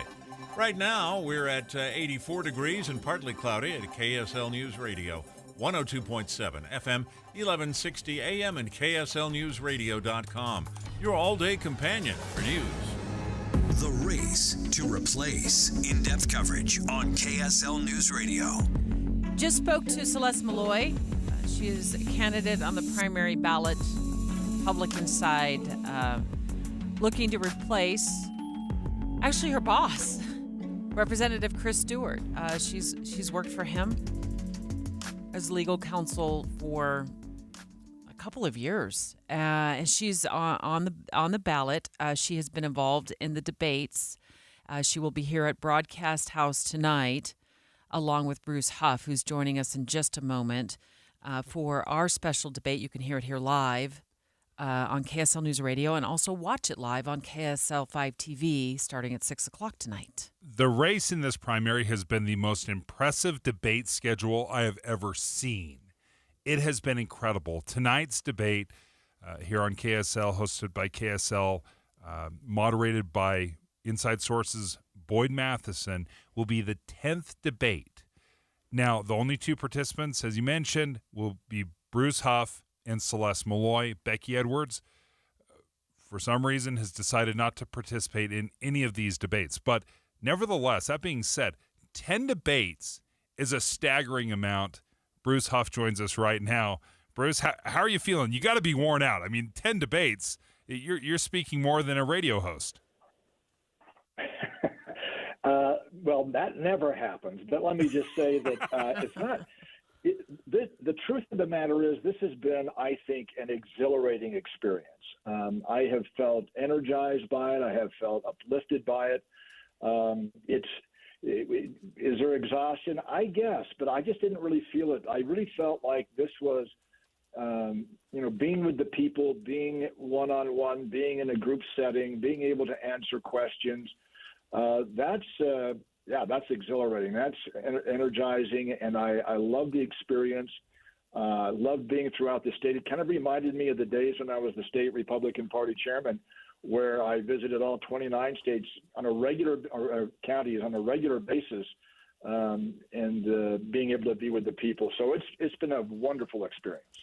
Your thoughts on Becky Edwards' absence from tonight's debate? And Celeste Malloy just told us that you two have debated without her for several debates now. All the debates. She hasn't joined us for any of them. I'm not sure what advice she's getting or if she's just making this decision on her own, but, she was missed. And I say that a little tongue-in-cheek. The reality is that she really isn't probably the candidate that ought to be representing this district or the state. She, I think, has done some things that disqualify her. Just the very fact that she voted for both President Obama and Joe Biden kind of brings to the mind of why would she be running in the Republican primary. I've been critical of debates in the past, just because they seem to speak in such generalities, the candidates do. But I think I'm warming up, especially the primary debates, when you have folks from the same party, and the only way to differentiate yourself from one another is to talk specifically about the issues. What are some of the things that, as you have gone through these past 9 debates, specifically, have you really honed in on a message with specifics that I think Utahns can wrap their hands around? Well, I think the big differentiators here come down to leadership and experience. The fact that I've spent my whole career in the private sector, where I've signed both sides of a paycheck, where I've created jobs in the district and in the state, where I have pushed back on federal overreach, actually have experience in doing that and suing the FDA and being successful and accomplishing what we needed to do in that situation. These are unique qualities that I think in Congress will show me to be somewhat of a disruptor. We don't need the same old. We need some different thinking, some different innovative thinking. And one of the careers I had was really disrupting the communications industry with satellite broadcast communications, and really helping create that industry at a time when we were sending videotapes from Washington, D.C. to KSL for the news, and later we did it via satellite. Now today, that just seems ubiquitous and commonplace, but at the time, it was brand new, and we really disrupted the way this kind of thing was done. Bruce, I want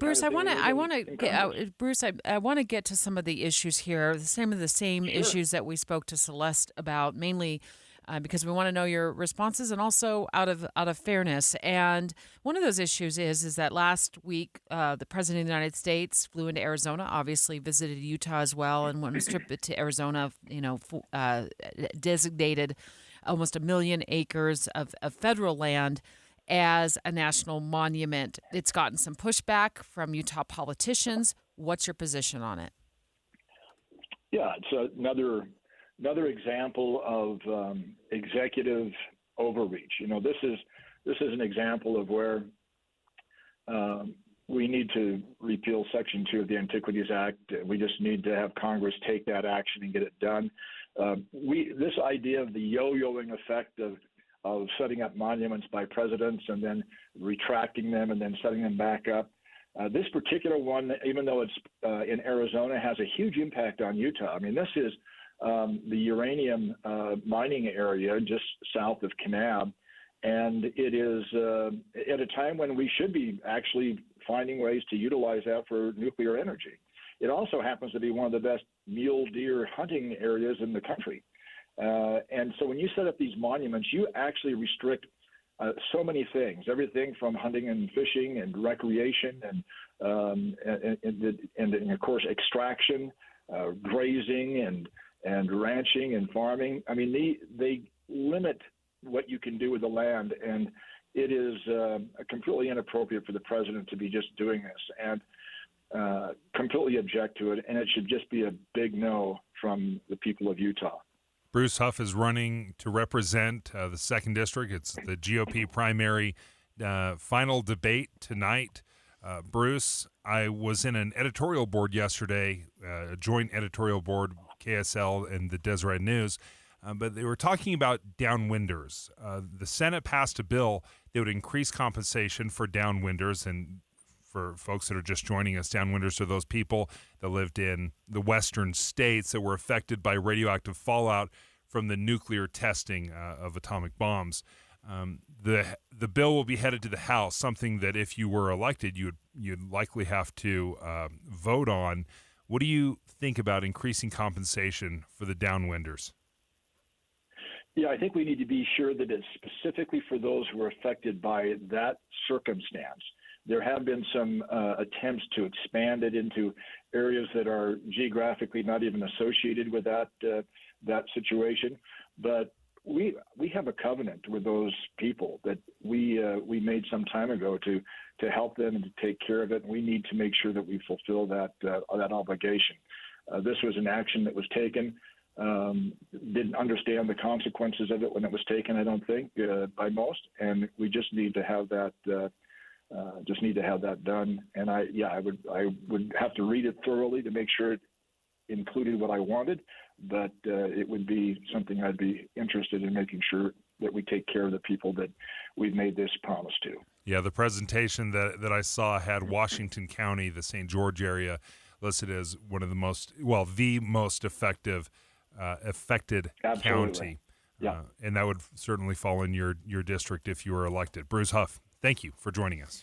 Bruce, Celeste, again, part of tonight's, the two candidates involved in tonight's congressional debate. Boyd Matheson hosting that debate right here at Broadcast House. It's on. Starts at 6 o'clock tonight. You can listen to it live here at KSL News Radio. You can watch it live at KSL 5 TV. And we know our very own Boyd Matheson will be taking the questions from here.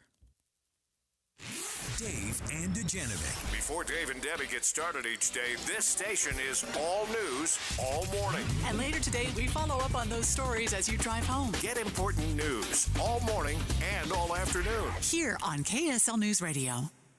When I was in my 20s, early 20s, I had the chance to serve some kids that were dealing with alcohol and drug addiction, something that was hard. It was difficult to see kids 12, 13, 14 years old struggling with addiction. So I've seen firsthand how devastating it can be, not only to the individual that is struggling, but to the families as well.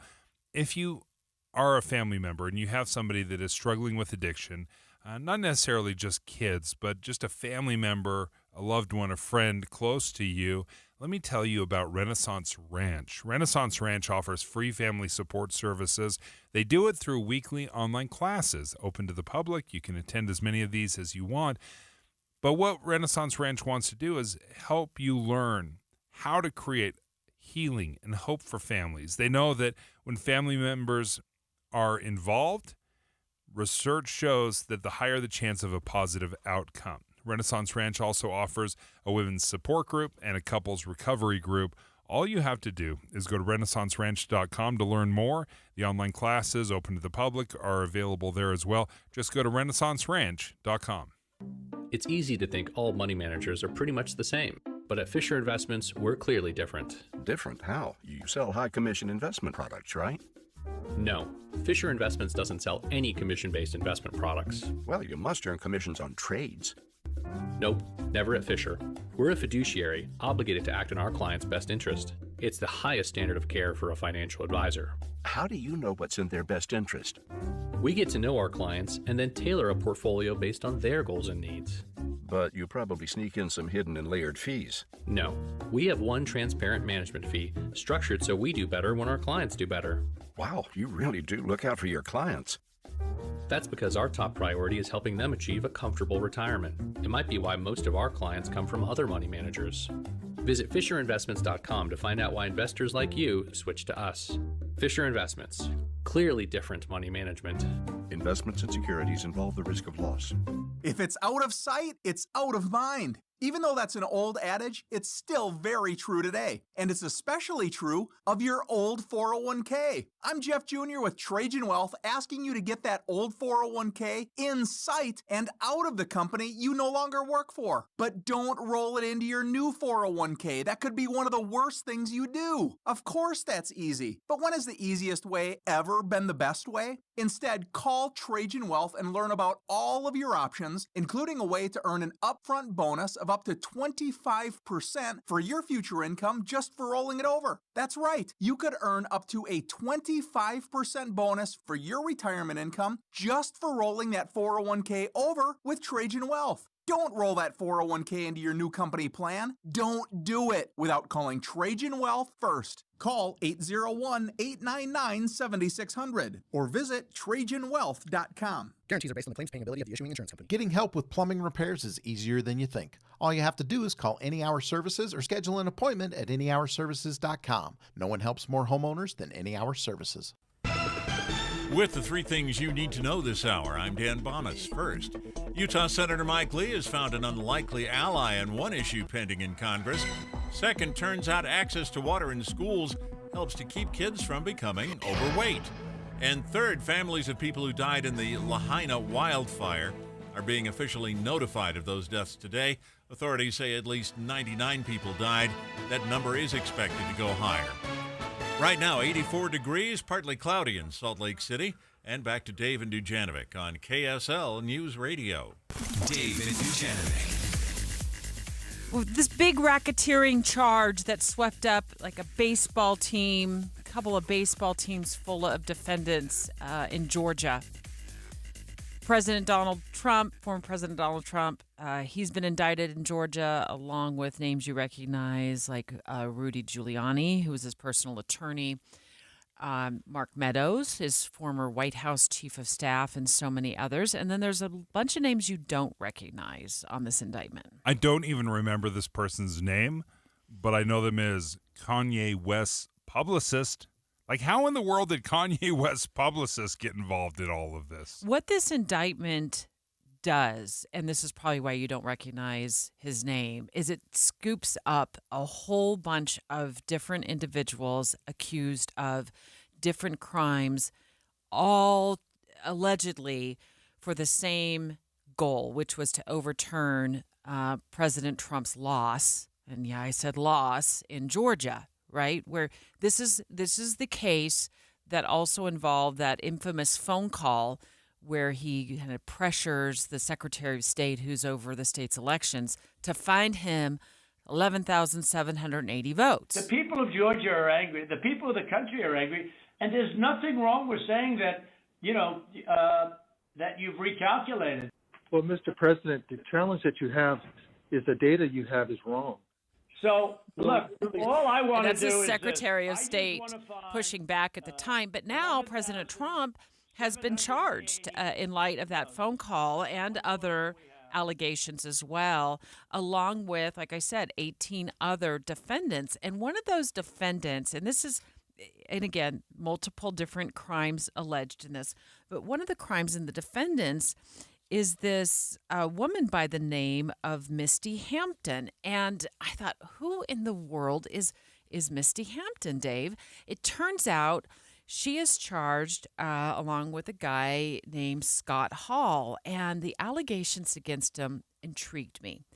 And what they're accused of doing is, first of all, she's like an elections official, kind of in charge of ballots and processing ballots in one of the counties there in Georgia. And now she's charged, along with this guy named Scott Hall, with interference with primary elections, unlawful possession of ballots, computer theft, computer trespass, and a whole slew of other allegations. And the indictment says they both together got access to the machines and removed voter data from voter machines. They looked at personal voter data and other things that just seemed like icky to me. Like, who's Scott Hall?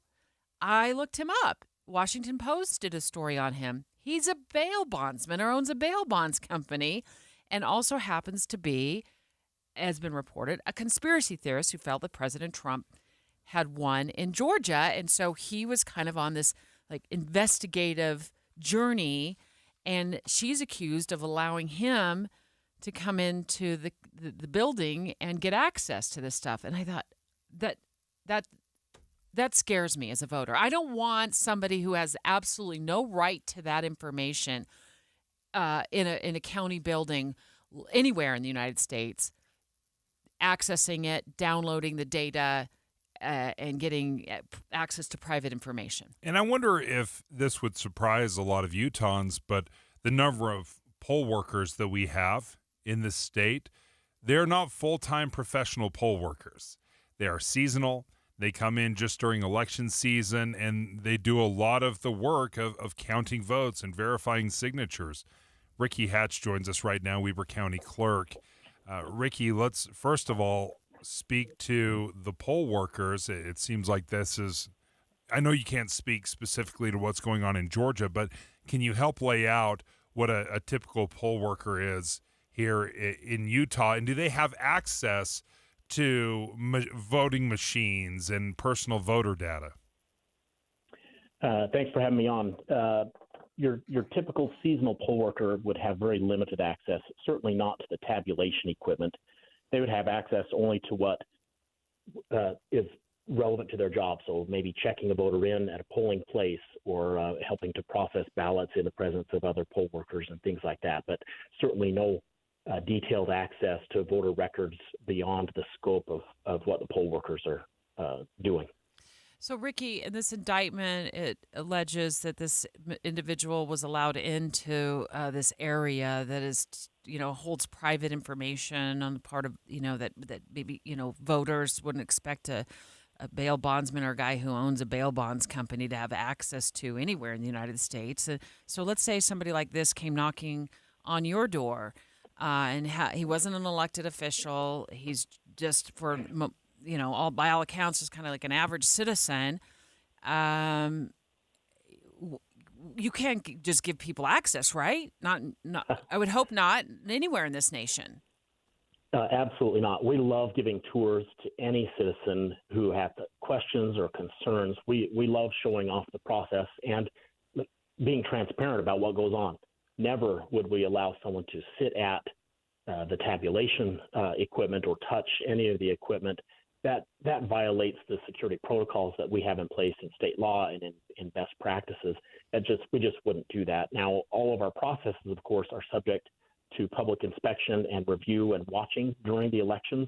We are under surveillance cameras, but letting just anybody touch those, no, we don't even let our seasonal help touch those. That task stays with the county employees, the elections officials.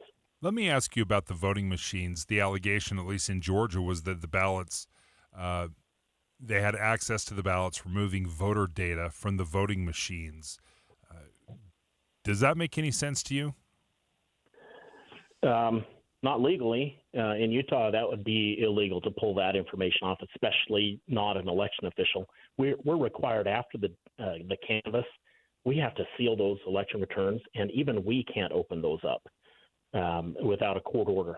So, you hear people accessing that, and I don't know what their state laws are, but in Utah, once the canvass is done, there have to be very legal and specific steps taken in order for anybody to actually observe or look at those election returns. Is that because those show how we voted? Like who we voted for? No, the secret ballot is, guaranteed in the state constitution. So there's no way, even if we wanted to, there's no way we could find out how people voted. But it does. It's looking at the images of the ballots themselves, the tabulation of the ballots, and the Supreme Court of Utah and other courts have talked about how important it is to maintain. Once the line is drawn and the results are official, you can't go back and retry and reestimate. And even over 100 years ago, the Supreme Court had a ruling where they said that's just, you can't do that. The risk is too great. Is there any way to manipulate the ballots from those machines?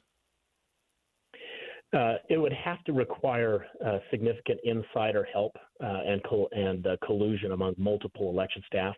State code and our best practices have so many controls put into place, it would be extremely difficult. I know, for example, if I wanted to mess with things and alter things, first off, I don't know that I even physically could do that. But even if I could access those when nobody else was there, I'd be caught on camera, and the reconciliations throughout the process would catch that, and I'd eventually be found out. And if that's the case, I should go to jail.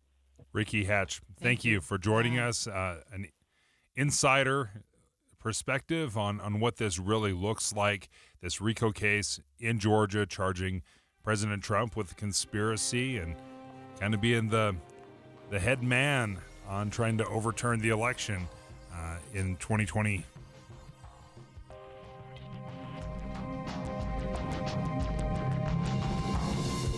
KSL FM Midvale, KSL Salt Lake City. Listen on the KSL News Radio app and in your car at 102.7 FM. KSL News Radio, your all-day companion for news.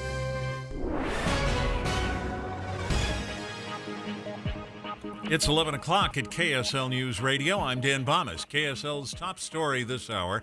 New details from the FBI days after agents shot and killed a man in Provo. A man they say had threatened the president. We knew agents shot and killed Craig Robertson last Wednesday morning, the same day President Biden was due to arrive in Salt Lake City. And we knew they were at his home in Provo because they were serving warrants. We even saw the social media posts making threats. What we didn't know was how the situation escalated. In a statement today, the FBI said when they tried to arrest Robertson, he first resisted and then pointed a .357 revolver at them. They're continuing to investigate as they would any use of deadly force. Becky Bruce, KSL News Radio. Some students in Utah will be waking up this morning for their first day of school. It's the first day of class for Washington County in southern Utah, as well as a couple of other districts, such as Iron County and Kane County.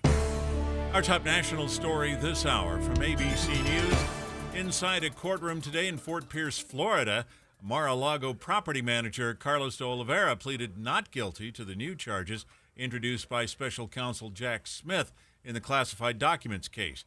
ABC's Catherine Folder has the latest on the charges. These were charges brought by special counsel Jack Smith that allege that Carlos de Oliveira, the property manager, along with Trump and his valet, Walt Nada, conspired to obstruct the investigation, but also hide evidence from a grand jury, specifically as it relates to surveillance footage that the federal investigators were requesting.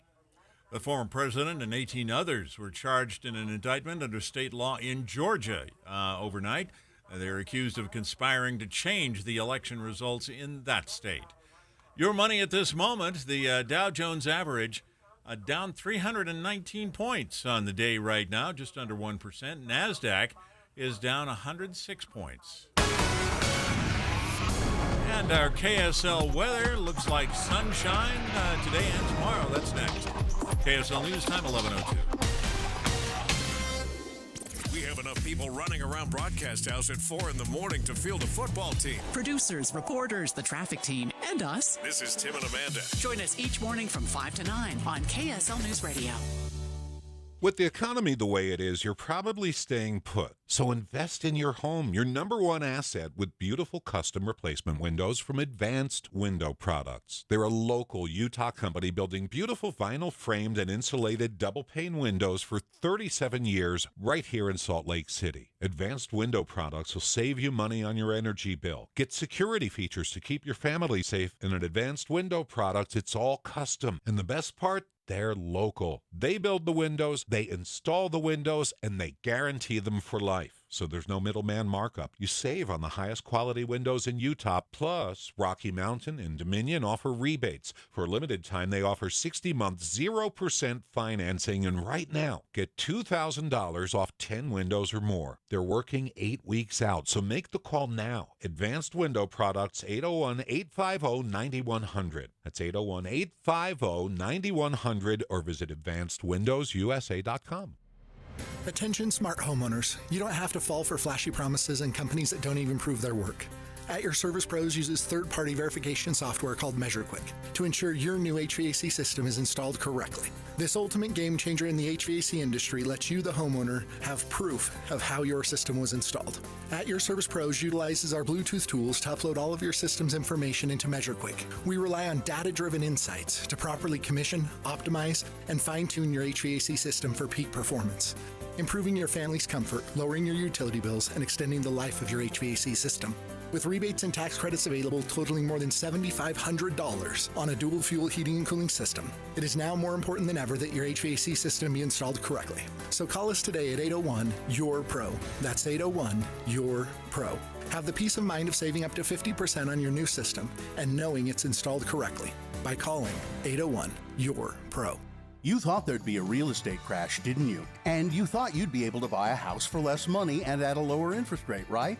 Sorry, the crash didn't happen. You see, there's a shortage of homes in Utah and Idaho, and that's why prices are stable or even going up 5 to 10%.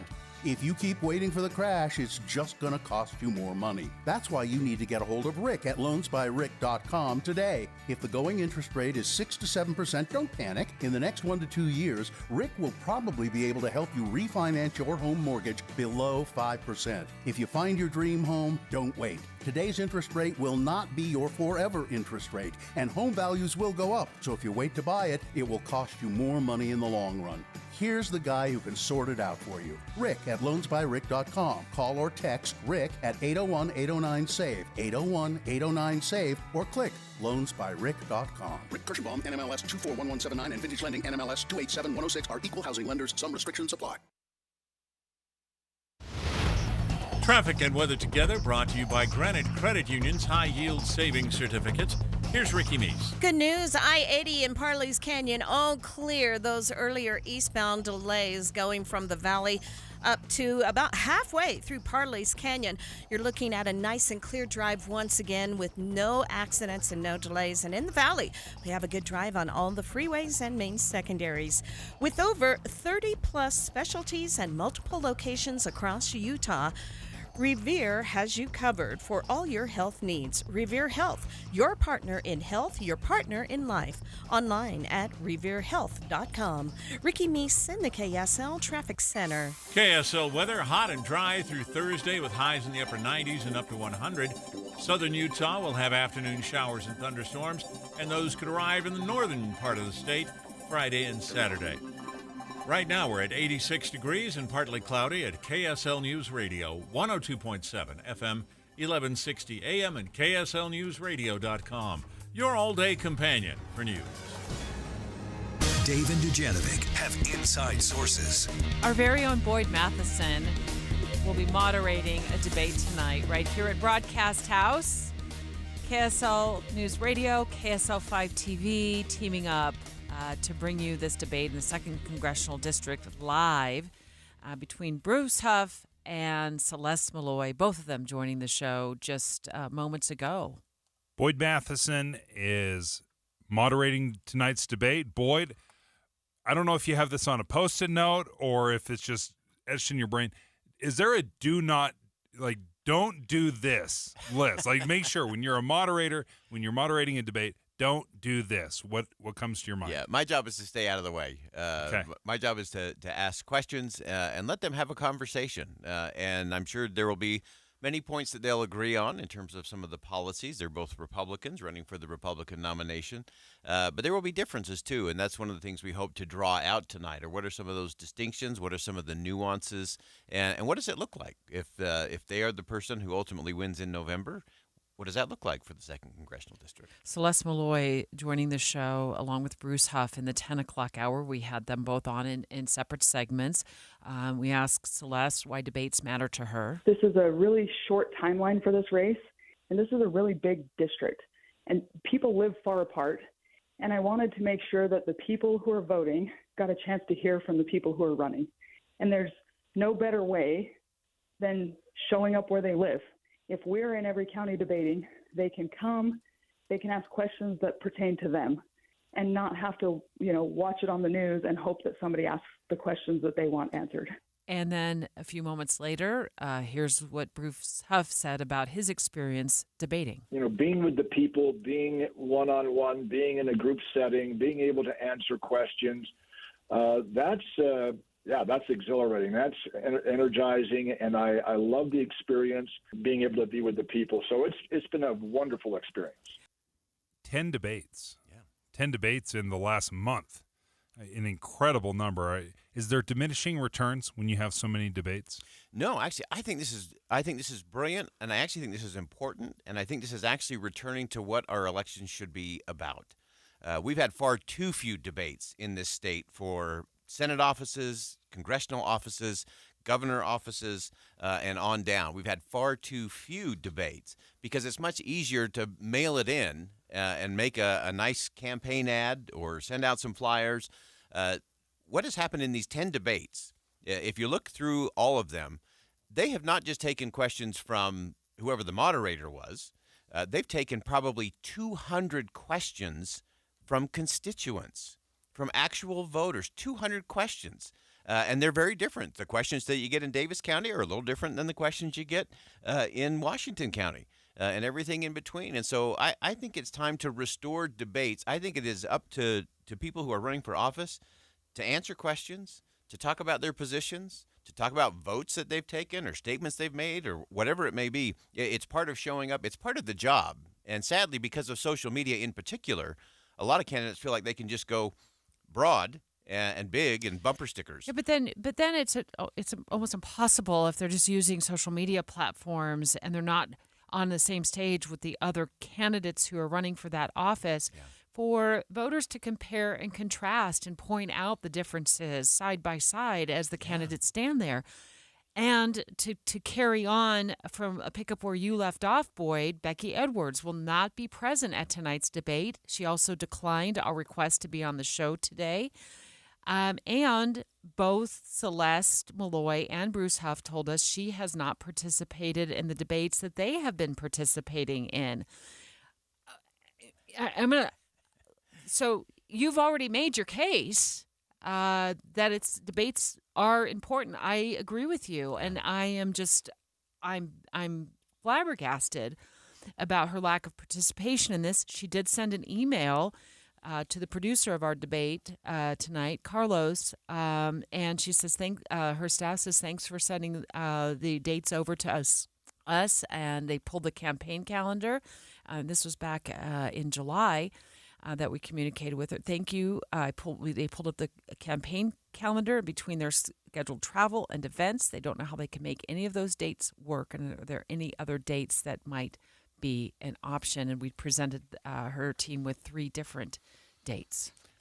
You know, I think it comes down to strategy, and sometimes you look at campaign strategy, and obviously this is a unique election. It's a very short run, and so sometimes it's easier, and I get it from a campaign strategy standpoint. If you don't want to be side by side and having that comparison or answering those questions, then from a purely campaign strategy standpoint, it appears that that's the decision they've made, is that they're better off doing a different kind of campaign than engaging in debates with the other candidates and directly with the voters that way.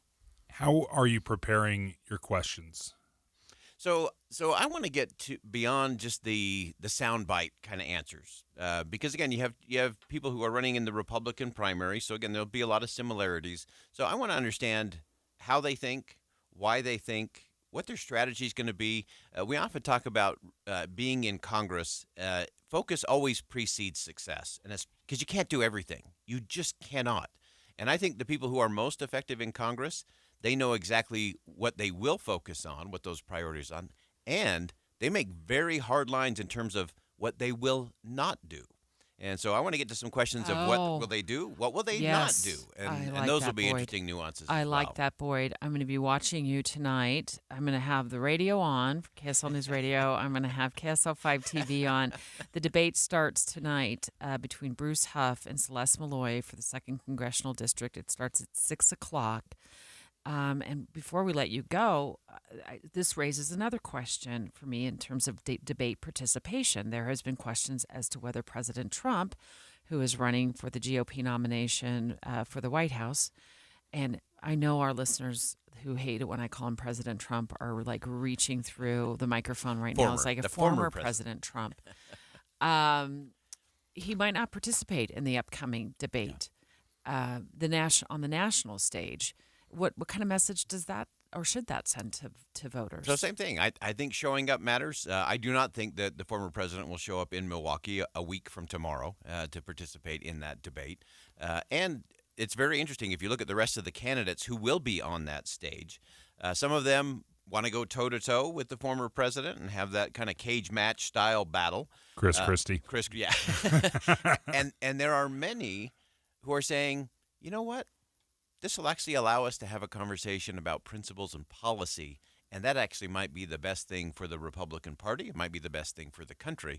to not have one more cage match, but to actually shift the focus away from the former president and towards the principles and policies that actually win elections in the end. The moderator will be able to ask questions that are not Trump-centric, which would be so refreshing, in my opinion.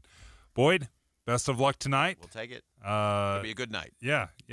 Well, and a great conversation. We're looking forward to some. Very really excited to hear your reaction tomorrow. What do you do? after it's all I was going to said say, and what are you done. doing tomorrow? Will you be around Broadcast House tomorrow? I mean, you're working awfully late tonight, but you'll be There's here. rumor that I'll be in the building. Okay, great, because we We'll be definitely here. want to have you back to get your take on tonight's debate. Boyd Matheson, as always, marvelous job. We thank you so much, and looking forward to tonight's debate. Starts at 6 o'clock right here on KSL News Radio. Dave and Dujanovic. Hey, stay right here for more of Dave and Dujanovic. And tomorrow morning, come back here for news, traffic updates, and reliable weather. Join us to have a listen. Tim and Amanda. Your morning companions for news. The Republican primary to replace Chris Stewart in Congress is down to 3. We don't need to have a broken Congress. All I want to do is serve the people of Utah. I've tried to always do what's best for the party and the cause. Join KSL tonight for a live debate. Tune in starting at 6. The Race to Replace, exclusively on KSL News Radio. When you crash your car, you get it fixed. When your computer crashes, you get a new one. But what will you do if you've been saving in a 401k or an IRA and the market crashes? If you're in your 30s or 40s, you'll be just fine. But if you're in or near retirement, you could be in trouble. Mike Stevens and his team at Capital Wealth Advisors are here to help. They can run a risk analysis to see if you're too heavily invested in the market. Don't let the ups and downs of Wall Street control you or your retirement dreams. Call 801-210-5500 today to schedule your risk analysis with Mike Stevens and the team at Capital Wealth Advisors. That's 801-210-5500. Crashes happen. Question is, are you ready? Capital Wealth Advisors, 801-210-5500. Investing involves risk, including the potential loss of principal. Advisory services offered through Capital Wealth Advisors, LLC, a state of Utah registered investment advisor. Imagine it's the last ride, but your symptoms of irritable bowel syndrome with constipation, or IBS-C, are taking you for a ride. What should you do? Keep managing your constipation with belly pain the same old way? Or try getting ahead of your symptoms by talking to your doctor about treating it with Linzess, linaclotide. Linzess is a prescription medicine that treats IBS-C in adults. It's not a laxative. It's a once-daily pill that helps you get ahead of your symptoms. It's proven to help you have more frequent and complete bowel movements and helps relieve overall abdominal symptoms, belly pain, discomfort, and bloating. These symptoms were studied in combination, not individually. Do not give Linzess to children less than 2. It may harm them. Do not take Linzess if you have a bowel blockage. Get immediate help if you develop unusual or severe stomach pain, especially with bloody or black stools. The most common side effect is diarrhea, sometimes severe. If it's severe, stop taking Linzess and call your doctor right away. Other side effects include gas, stomach area pain, and swelling. Imagine, what could relief from IBS-C mean for you? Talk to your doctor and say yes to Linzess. Learn more at linzess.com or call 1-800-LINZESS. Any Hour Services can make sure your AC keeps you cool this summer. Whether you need a tune-up, repair, or just a second opinion about replacing it, call Any Hour Services or visit anyhourservices.com. Hi, I'm Heather Kelly with KSL News Radio. I have a podcast, Money Making Sense. My passion is to help people keep more money in their pockets by learning how to cut costs. Unplugging unused gadgets can cut your bill by 10%. This includes anything from understanding your health insurance options. How do those co-payments or deductibles or out-of-pockets play in? And what is it going to cost me? To smart strategies for buying a home on your budget. But it isn't all about the cash. Not getting scammed and preventing financial abuse is a big part of Money Making Sense. The biggest piece that's holding women back on being able to leave is feeling financially trapped. Basically, if money affects your life in any way, I'll talk about it. That includes speaking with ambassadors, state governors, and even the U.S. Secretary of Transportation about where your tax dollars are going. Follow Money Making Sense for free wherever you get your favorite podcasts on KSLpodcast.com or the KSL News Radio app. With the 3 things you need to know this hour, I'm Dan Bomas. First, the FBI is now saying a man killed by agents at his home in Provo pointed a gun at the agents before they shot him. Second, some students in southern Utah are going back to school today. Many more start school tomorrow and Friday.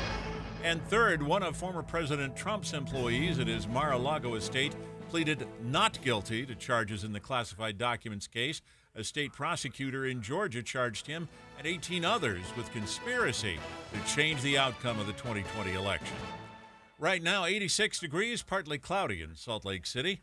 And back to Dave and Dujanovic on KSL News Radio.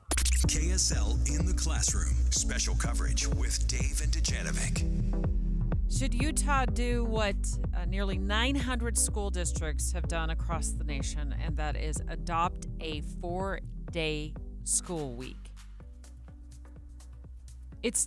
We know it's happening in more rural areas because busing can be difficult 5 days a week. But should there be a new rule in place? It's 4 days is enough. Part of this is when we're talking about teachers and we're talking about funding, there is not an endless supply of money. And once we accept that we can't just keep giving teachers and school districts more and more money. You will never be fully funded. That will never happen. Okay, so if we can agree on that, then what else can we do?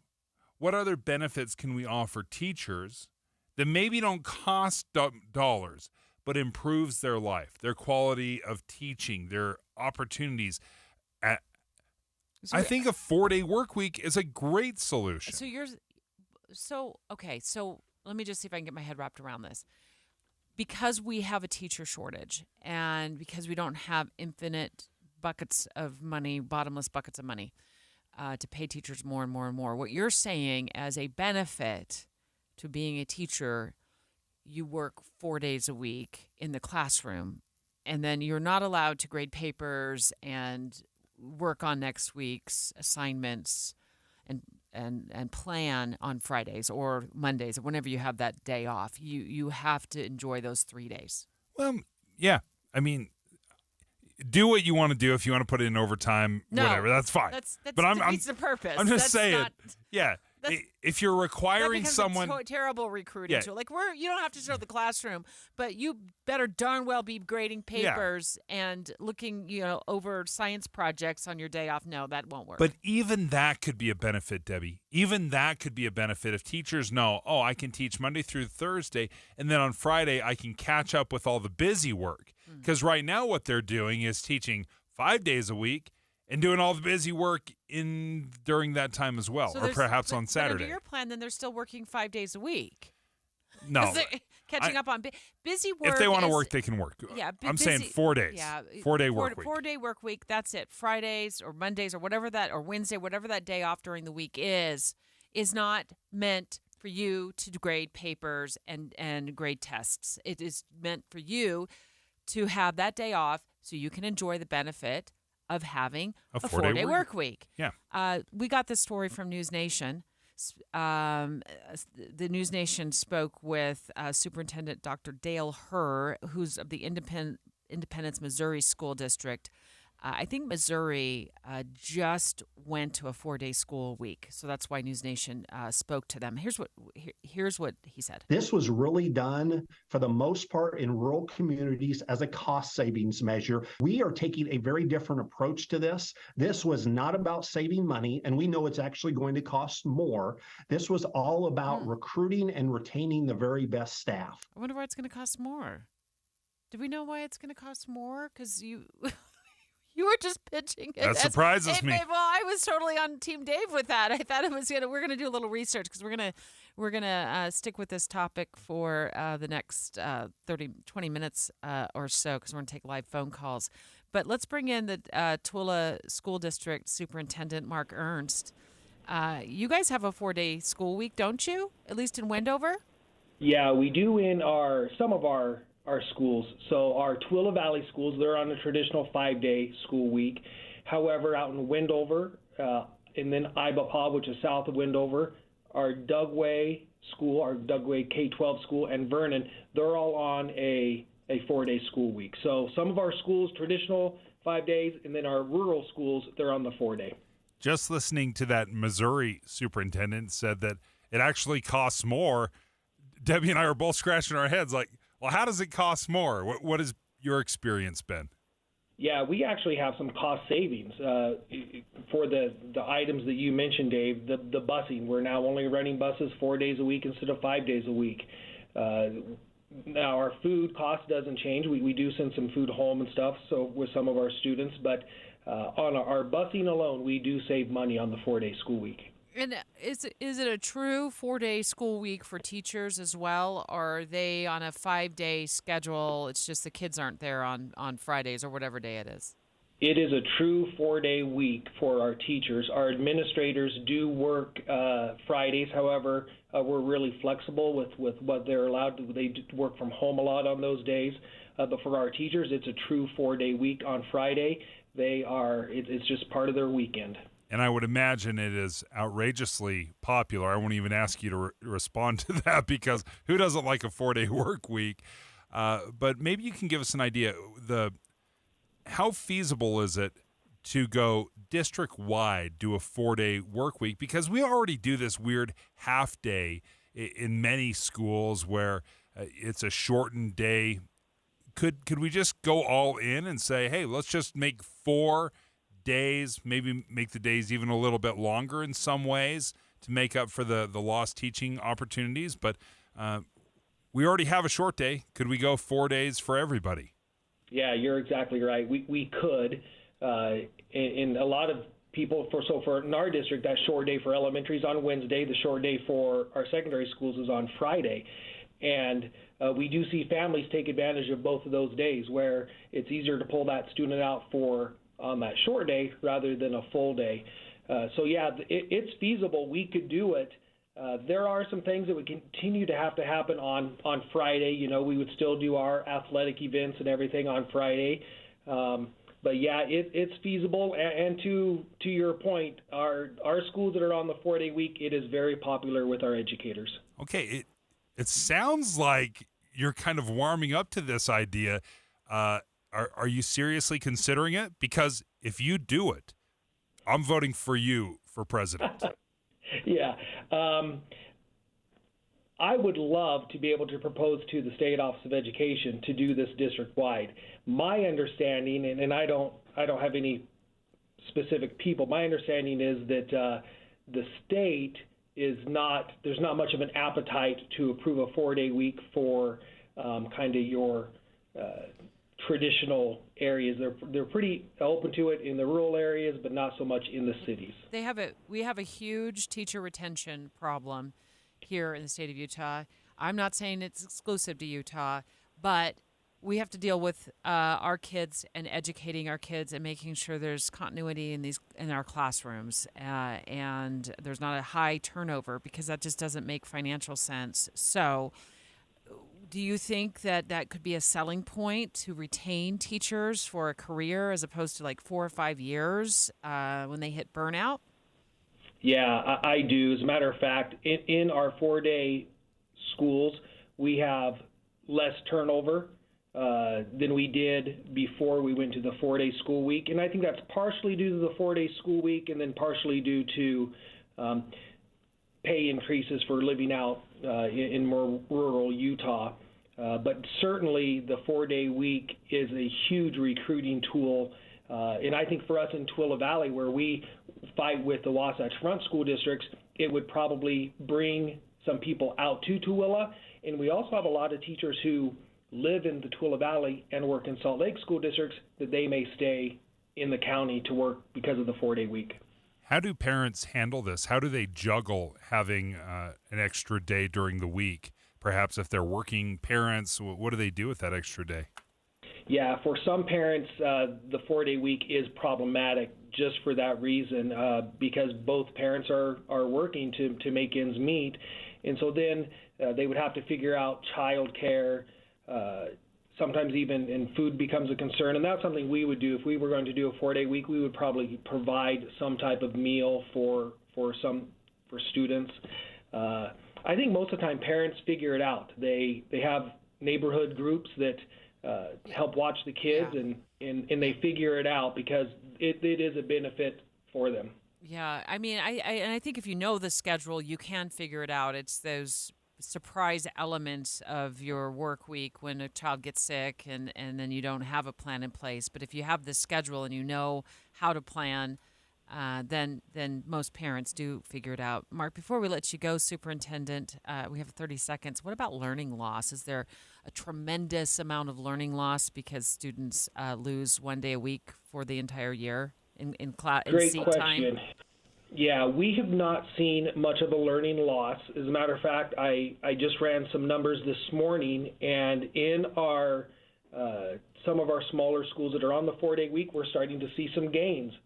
And I do think part of that is it's taken us some time to get used to the 4-day schedule and how you teach the same amount in a shorter amount of time. So as we become better as educators, our students are learning more. Dr. Ernst, thank you. If you can make this happen, I'm moving out there. You're gonna get the Noriega family out in Tooele County. Thank you for joining us. A very, very interesting conversation. And Debbie, from an educator's point of view, to hear him so glowingly speak about it, it seems like the hurdles, though, are not coming from the superintendent and the district themselves, but from the state. Let's take a vote. Would you get on board with a 4-day school week for your kids? 801-575-TALK. We haven't taken listener calls in a little while, so I'm looking forward to hearing your voices. 801-575-TALK. But there is a new rule in place on these phone calls, and that is you have to stay on point, okay? You have to stay on point. That's a new rule? Or we're pushing the eject button.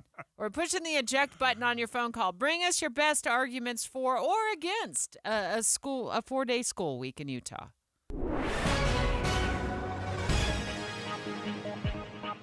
It's 11:31 at KSL News Radio. I'm Dan Bonas. KSL's top local story this hour. A group at Utah State University says it's figured out how to convert plants into a substitute for crude oil called biocrude. Professor Foster Aglavar says to make it, they feed ground-up plant material into a reactor. You take about a ton of material, you should be able to make about 55 gallons of jet fuel out of it. But he says they also get a diesel fuel and a substance kind of like natural gas, which is used to power the process, making the whole thing carbon neutral. Our top national story this hour from ABC News. While it is Fairside Chat at the Iowa State Fair in Des Moines today, former Arkansas governor and Republican presidential candidate Asa Hutchinson responded to the latest Trump indictment out of Georgia.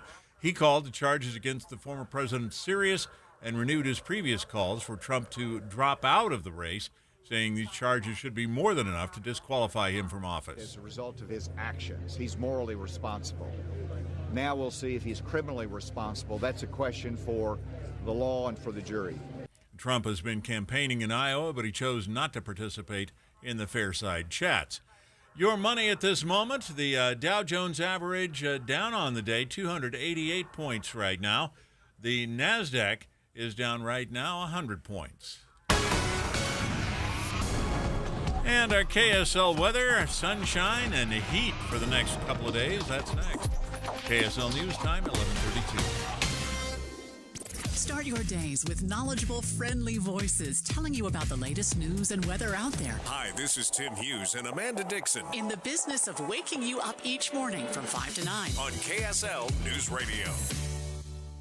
86% of adults say chicken is a crowd pleaser the whole family enjoys, according to a 2023 Atomic survey of 1,000 adults from Tyson brand. That's also why chicken is a perfect choice for all your cookouts and family gatherings this grilling season. In addition to being nutritious and a great source of protein, it's also a versatile option that pairs well with a variety of flavors and dishes. Next time you're shopping for your next barbecue event, try Tyson fresh trimmed and ready boneless, skinless chicken breasts. The chicken breasts are trimmed and ready to cook, so you can skip the prep and toss them right on the grill. It's also 99% fat-free, has 27 grams of protein, and is 100% all natural and minimally processed with no artificial ingredients. It's truly the perfect mealtime staple that you and your family can feel good about at your next cookout. Find Tyson Fresh in the refrigerator aisle at retailers nationwide. For more information and recipe inspiration, visit Tyson.com and follow Tyson brand on social media. Again, for more information, visit Tyson.com and follow Tyson brand on social media. With our roots in northern Utah, Holy Cross Hospital has a legacy of caring to help every person be whole and healthy. Find us at 5 Holy Cross Hospital locations and more than 45 clinics along the Wasatch Front. Learn more at holycrossutah.org. At Holy Cross Hospital, we're honored to carry the legacy of our namesake and equally honored to care for northern Utah's vibrant communities. Find us at 5 Holy Cross Hospital locations and more than 45 clinics along the Wasatch Front. Learn more at holycrossutah.org. Introducing Yes, Heating, Air Conditioning, Plumbing, and Electric. We're bringing all of Utah's favorite HVAC, plumbing, and electrical brands under one roof. Call Yes today and we'll waive the service call fee with any HVAC, plumbing, or electrical system repair. The expert technicians at Yes are available 7 days a week to fix all of your heating, cooling, plumbing, and electrical problems. Yes, Heating, Air Conditioning, Plumbing, and Electric. Proudly serving Utah for more than 45 years. Call now or visit theyesmancan.com for details, terms, and conditions. Even before the pandemic, 1 in 5 American adults experience some form of mental illness, depression, suicide, prescription opioid misuse. Utah isn't immune to our share of challenges, but there is hope. We need to take action to keep our loved ones safe. That's why KSL has teamed with the University of Utah Huntsman Mental Health Institute to bring you hope and help you thrive. It's Healthy Mind Matters. Find out more at healthymindmatters.com. Traffic and weather together, brought to you by Granite Credit Union's High Yield Savings Certificates. Here's Ricky Meese. It's a beautiful day for a drive along I-80 in Parleys, and right now traffic getting through there very well. Also, I-15 in great shape. I'm looking at a live shot of I-15 both directions in Lehigh, and traffic rolling along. Need tires? Don't buy them without the money-saving Burt Bundle from Burt Brothers Tire and Service. Ricky Meese in the KSL Traffic Center. KSL weather, hot and dry through Thursday with highs in the upper 90s and up to 100 on Thursday. Southern Utah will have afternoon showers and thunderstorms, and those could arrive in northern Utah on Friday and Saturday. And right now, we're at 87 degrees, partly cloudy skies at KSL News Radio, 102.7 FM, 1160 AM, and KSLNewsRadio.com, your all-day companion for news. Dave and Dujanovic. Would you be on board with a 4-day school week?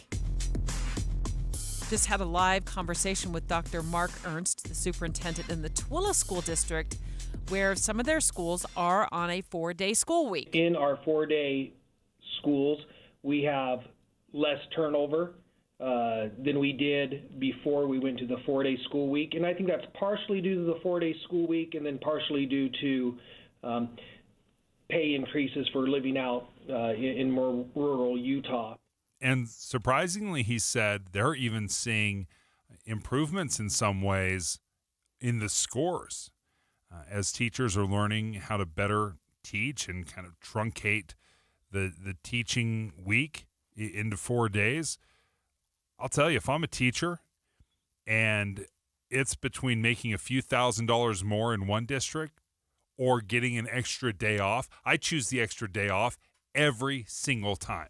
Here's the downside for parents, and he acknowledged it. There can be a downside. For some parents, the 4-day week is problematic just for that reason, because both parents are working to make ends meet.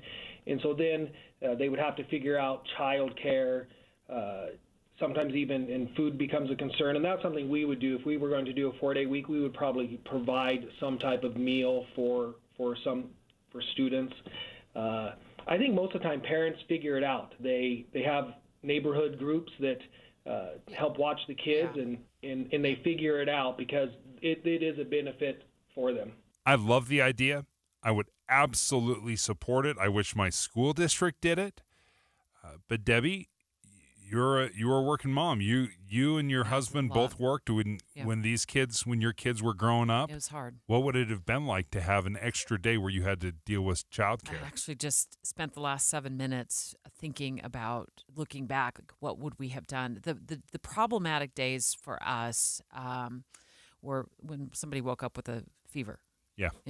And he was a police officer, and he was a supervisor. So, I mean, he was always busy, is what I'm saying. There was never downtime at work for him. And I was an investigative reporter, and I had interviews set up and everything. And I know it's kids come first, kids come first. Yes, they do. Something's got to give. And so you end up canceling all these. So it was the days I couldn't plan for that were an issue. That were more difficult than something you could have planned out. Or days I got called in because I was on-call reporter for the weekend, and I got called in, and then he was working, and that was a juggling act.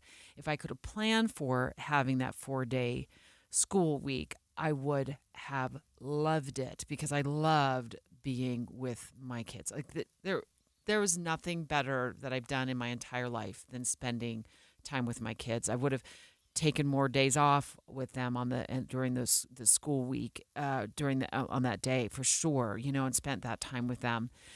But this was always an issue in summer too, and we figured it out, right? Yeah. You have two and a half months off in the summer, and then you have those really wonky half days that all these schools here do. I grew up in Arizona. We didn't have half days. Yeah. We went to school for a full day.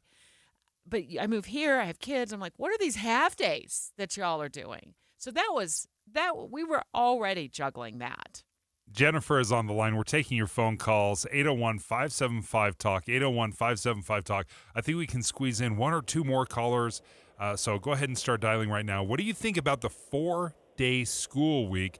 Is that something that should be done here in Utah? What do you think, Jennifer? Well, I'm calling because I'm a math tutor, and I'm seeing how much struggle the kids are having to try and fit what they're learning into a regular work week and school year.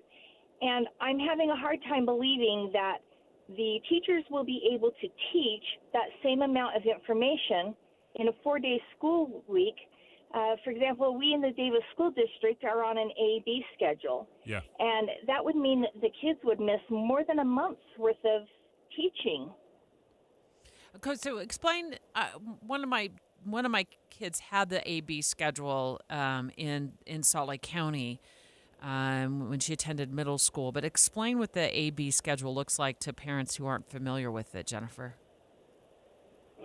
The A-B schedule you have eight classes overall. So on A day, you take 4 classes, and on B day, you have an additional 4 classes. And it's a way to get in more classes, I suppose. And it gives the kids more days to work on their homework because they don't have the homework due again until the second A day. And class periods, if I recall, class periods are longer, right? Those class periods on those days are longer, right? Because you're squeezing in fewer classes. Right. Okay. That's Thanks so much for your phone call. Jennifer is a math tutor concerned about a 4-day week because kids are already having problems on a 5-day school week, squeezing in all the stuff they got to do. I don't like the AB schedule for a lot of different reasons, but one of the reasons that I think an hour and a half is just way too long in one class. It's very hard to keep a teenager's interest and focus for an hour and a half. So my oldest had the AB schedule when she was at, why is the name of the middle school escaping me? This is ridiculous. She had the AB schedule. It was the best thing in terms of her educational experience that ever happened to her because she had more time to learn concepts. And in fact, Jennifer, appreciate what you do because math was always my daughter's toughest subject. So the fact that she had more time and not as much all in one day, because if you have 4 classes on one day and 4 classes on another day, that means you don't have 8 classes all in one day where she's running between, they're all running between. So just a different experience. I understand where you're coming from on that. I could see that. But for my daughter, it was really, she got straight A's that year.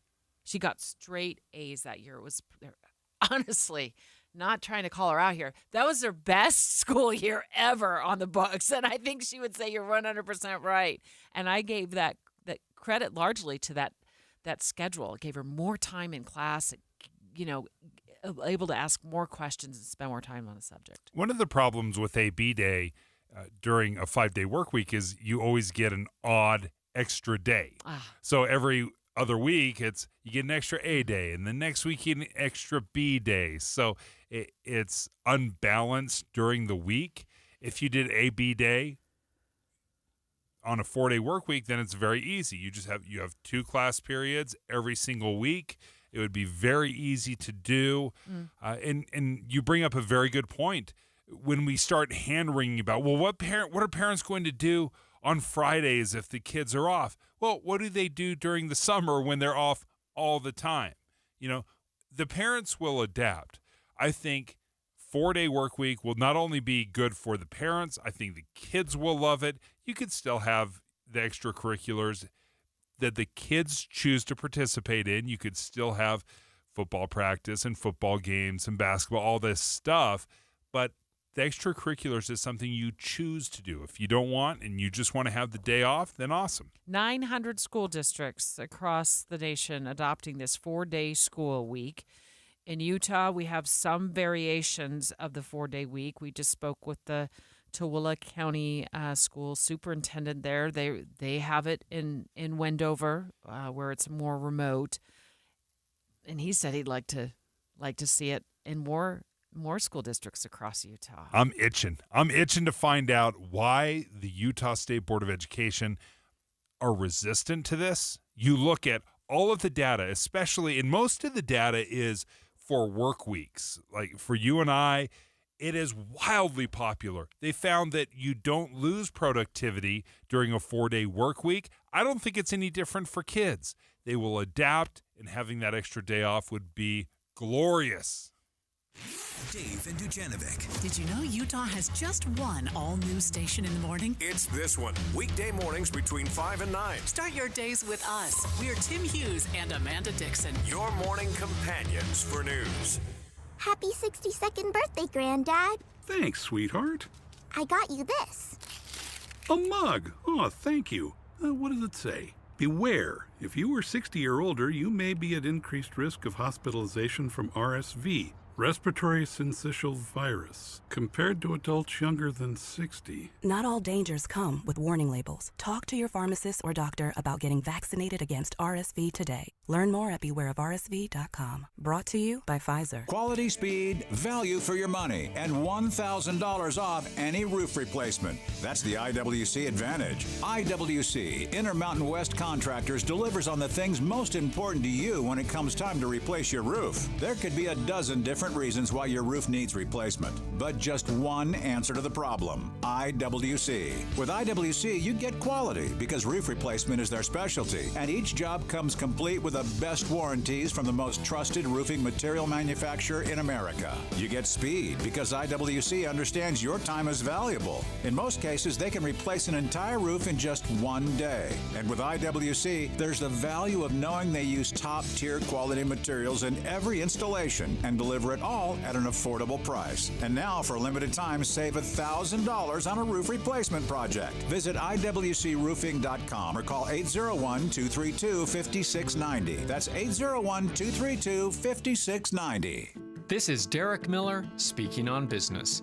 WCF Insurance is an innovative insurance provider with nationally offered products and services. They're not only committed to providing excellent customer service and high-touch claims management, but also building strong partnerships in the community. President and CEO Matt Lyon joins us with more. At WCF Insurance, our commitment goes beyond our company. We've been in business for over 100 years, serving the communities we love. We're your neighbors, friends, and partners striving to make Utah a better place. Every day, our dedication is to the people who make Utah and the Western United States thrive. From the amazing businesses we insure, to our incredible agency partners, to our fantastic employees and the nonprofits we support. We're here to make a positive impact, and we're proud to sponsor local initiatives fueling prosperity within the community. We're proud that we've evolved beyond workers' compensation and can offer a whole suite of insurance products to our customers in Utah and the surrounding states. We hope that you'll join us in this journey of growth as we continue not just insuring, but investing in the future of our region.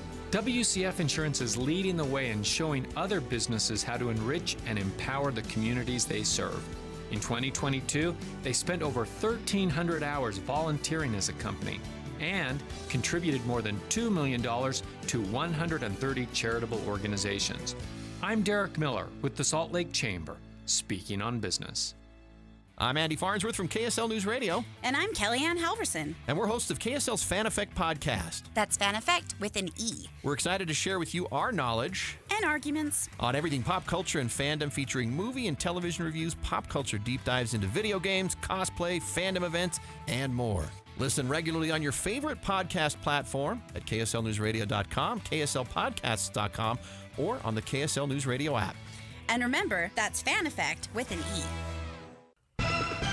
With the three things you need to know this hour, I'm Dan Bomas. First, much of Utah is covered with juniper trees, and a professor at Utah State is saying they could become a fuel source in the future.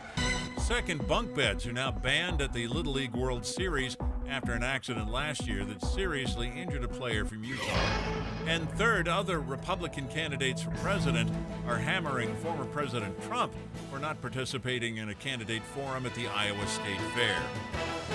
Right now, we're at 87 degrees, partly cloudy in Salt Lake City. And back to Dave and Dujanovic on KSL News Radio. Dave and Dujanovic. Dave and Dujanovic.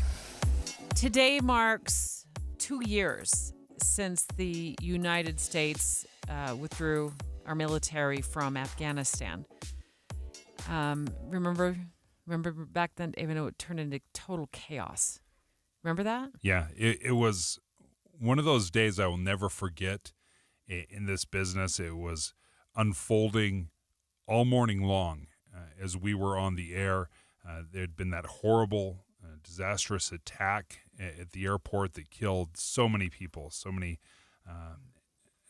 Afghanis and so many American soldiers.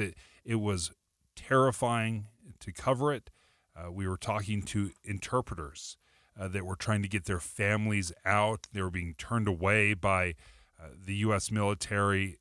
And watching that unfold, it was a moment in my life I will never, ever forget. And Utah, here we started really scrambling along with other states to try to figure out how to help those who were displaced, Afghans coming to the United States. And today, we're happy to announce that there's a new podcast that brings to light the goodness in so many people's hearts. When Stranger Becomes Neighbor is the name of our new KSL podcast that launched today. And it's the first 2 episodes are out now. Andrea Smarden is a producer and host of the podcast. So walk us through like what this is about and what you found in your journey to talk about this, Andrea. Yeah, the story. Here we go. You're trying to get your microphone on here. Hold on a second. Go ahead. Try it again. Oh no. Okay. Are we okay? Here, we're going to get to you in a minute. Let me play. There we go. Okay, all go right, ahead. We're on. The story doesn't end once they come to the U.S. I think we saw these dramatic images out of Afghanistan, and like you said, Utahns rushed to try to help. And this podcast asks, we promised to be this welcoming community. How well did we deliver on that promise? Because, everyone has good intentions. In the moment, we feel the urge to help, but, this is sort of it's a long-term resettlement process. So what happened after all of that? So we follow that of almost 2 years. And so that question of how well did we deliver on the promise? And then the other question for me was, what can one person possibly do in the face of this international disaster, decades in the making? So I wanted to follow people in their real lives with their neighbors to see what would happen. As you were talking about this moment we were having, so often when we talk to Boyd Matheson, he says, how do we turn this moment into a movement? And figuratively and literally, that's what we're talking about here in Utah. You had a chance to speak with Aiden Batar, who is with Catholic Community Services. He and his family had come over from Somalia back in the 90s, the early 90s. He's the director of Migration and Refugee Services. But here's Batar on the difference between the recent Afghan resettlement and how things have gone in the past. Before, this crisis, we have enough time of, for example, when a family is coming to Utah, we would know like ahead of time. So in that way, we prepare for their housing and everything. But with the Afghan situation, is completely different, and everything is very quick. We get a notification a family is arriving today, and the family will be here at the airport today. You get 24 hours or less. Or less notice, sometimes a couple hours. Okay. Yeah. Okay. They're on the plane. They're on the way there, and get ready. Send your case manager out to the airport.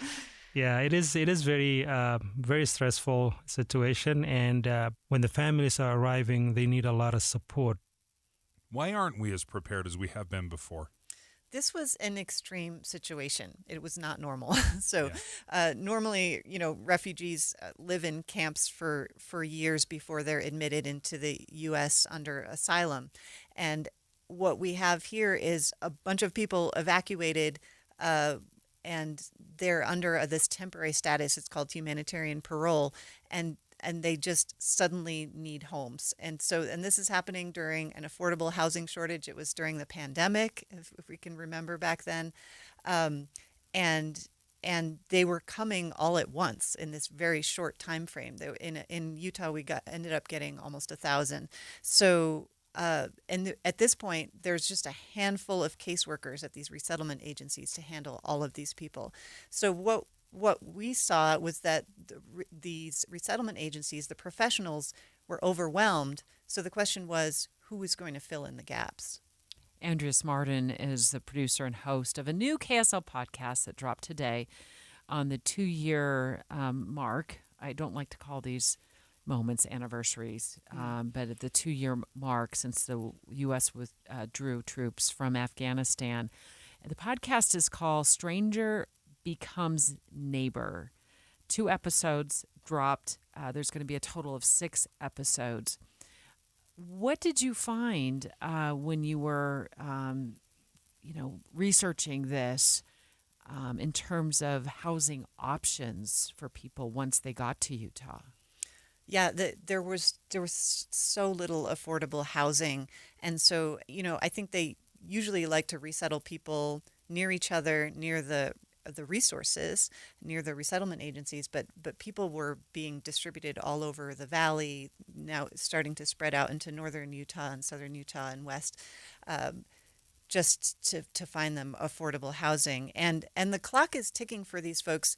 In the beginning, there's federal funds that actually help pay for their rent, but that dries up after a point, and then they need to be independent. So that's been another issue that sort of happens long term, is like, how do they get independent? How can they get on their feet? Oh, are they still in housing 2 years later?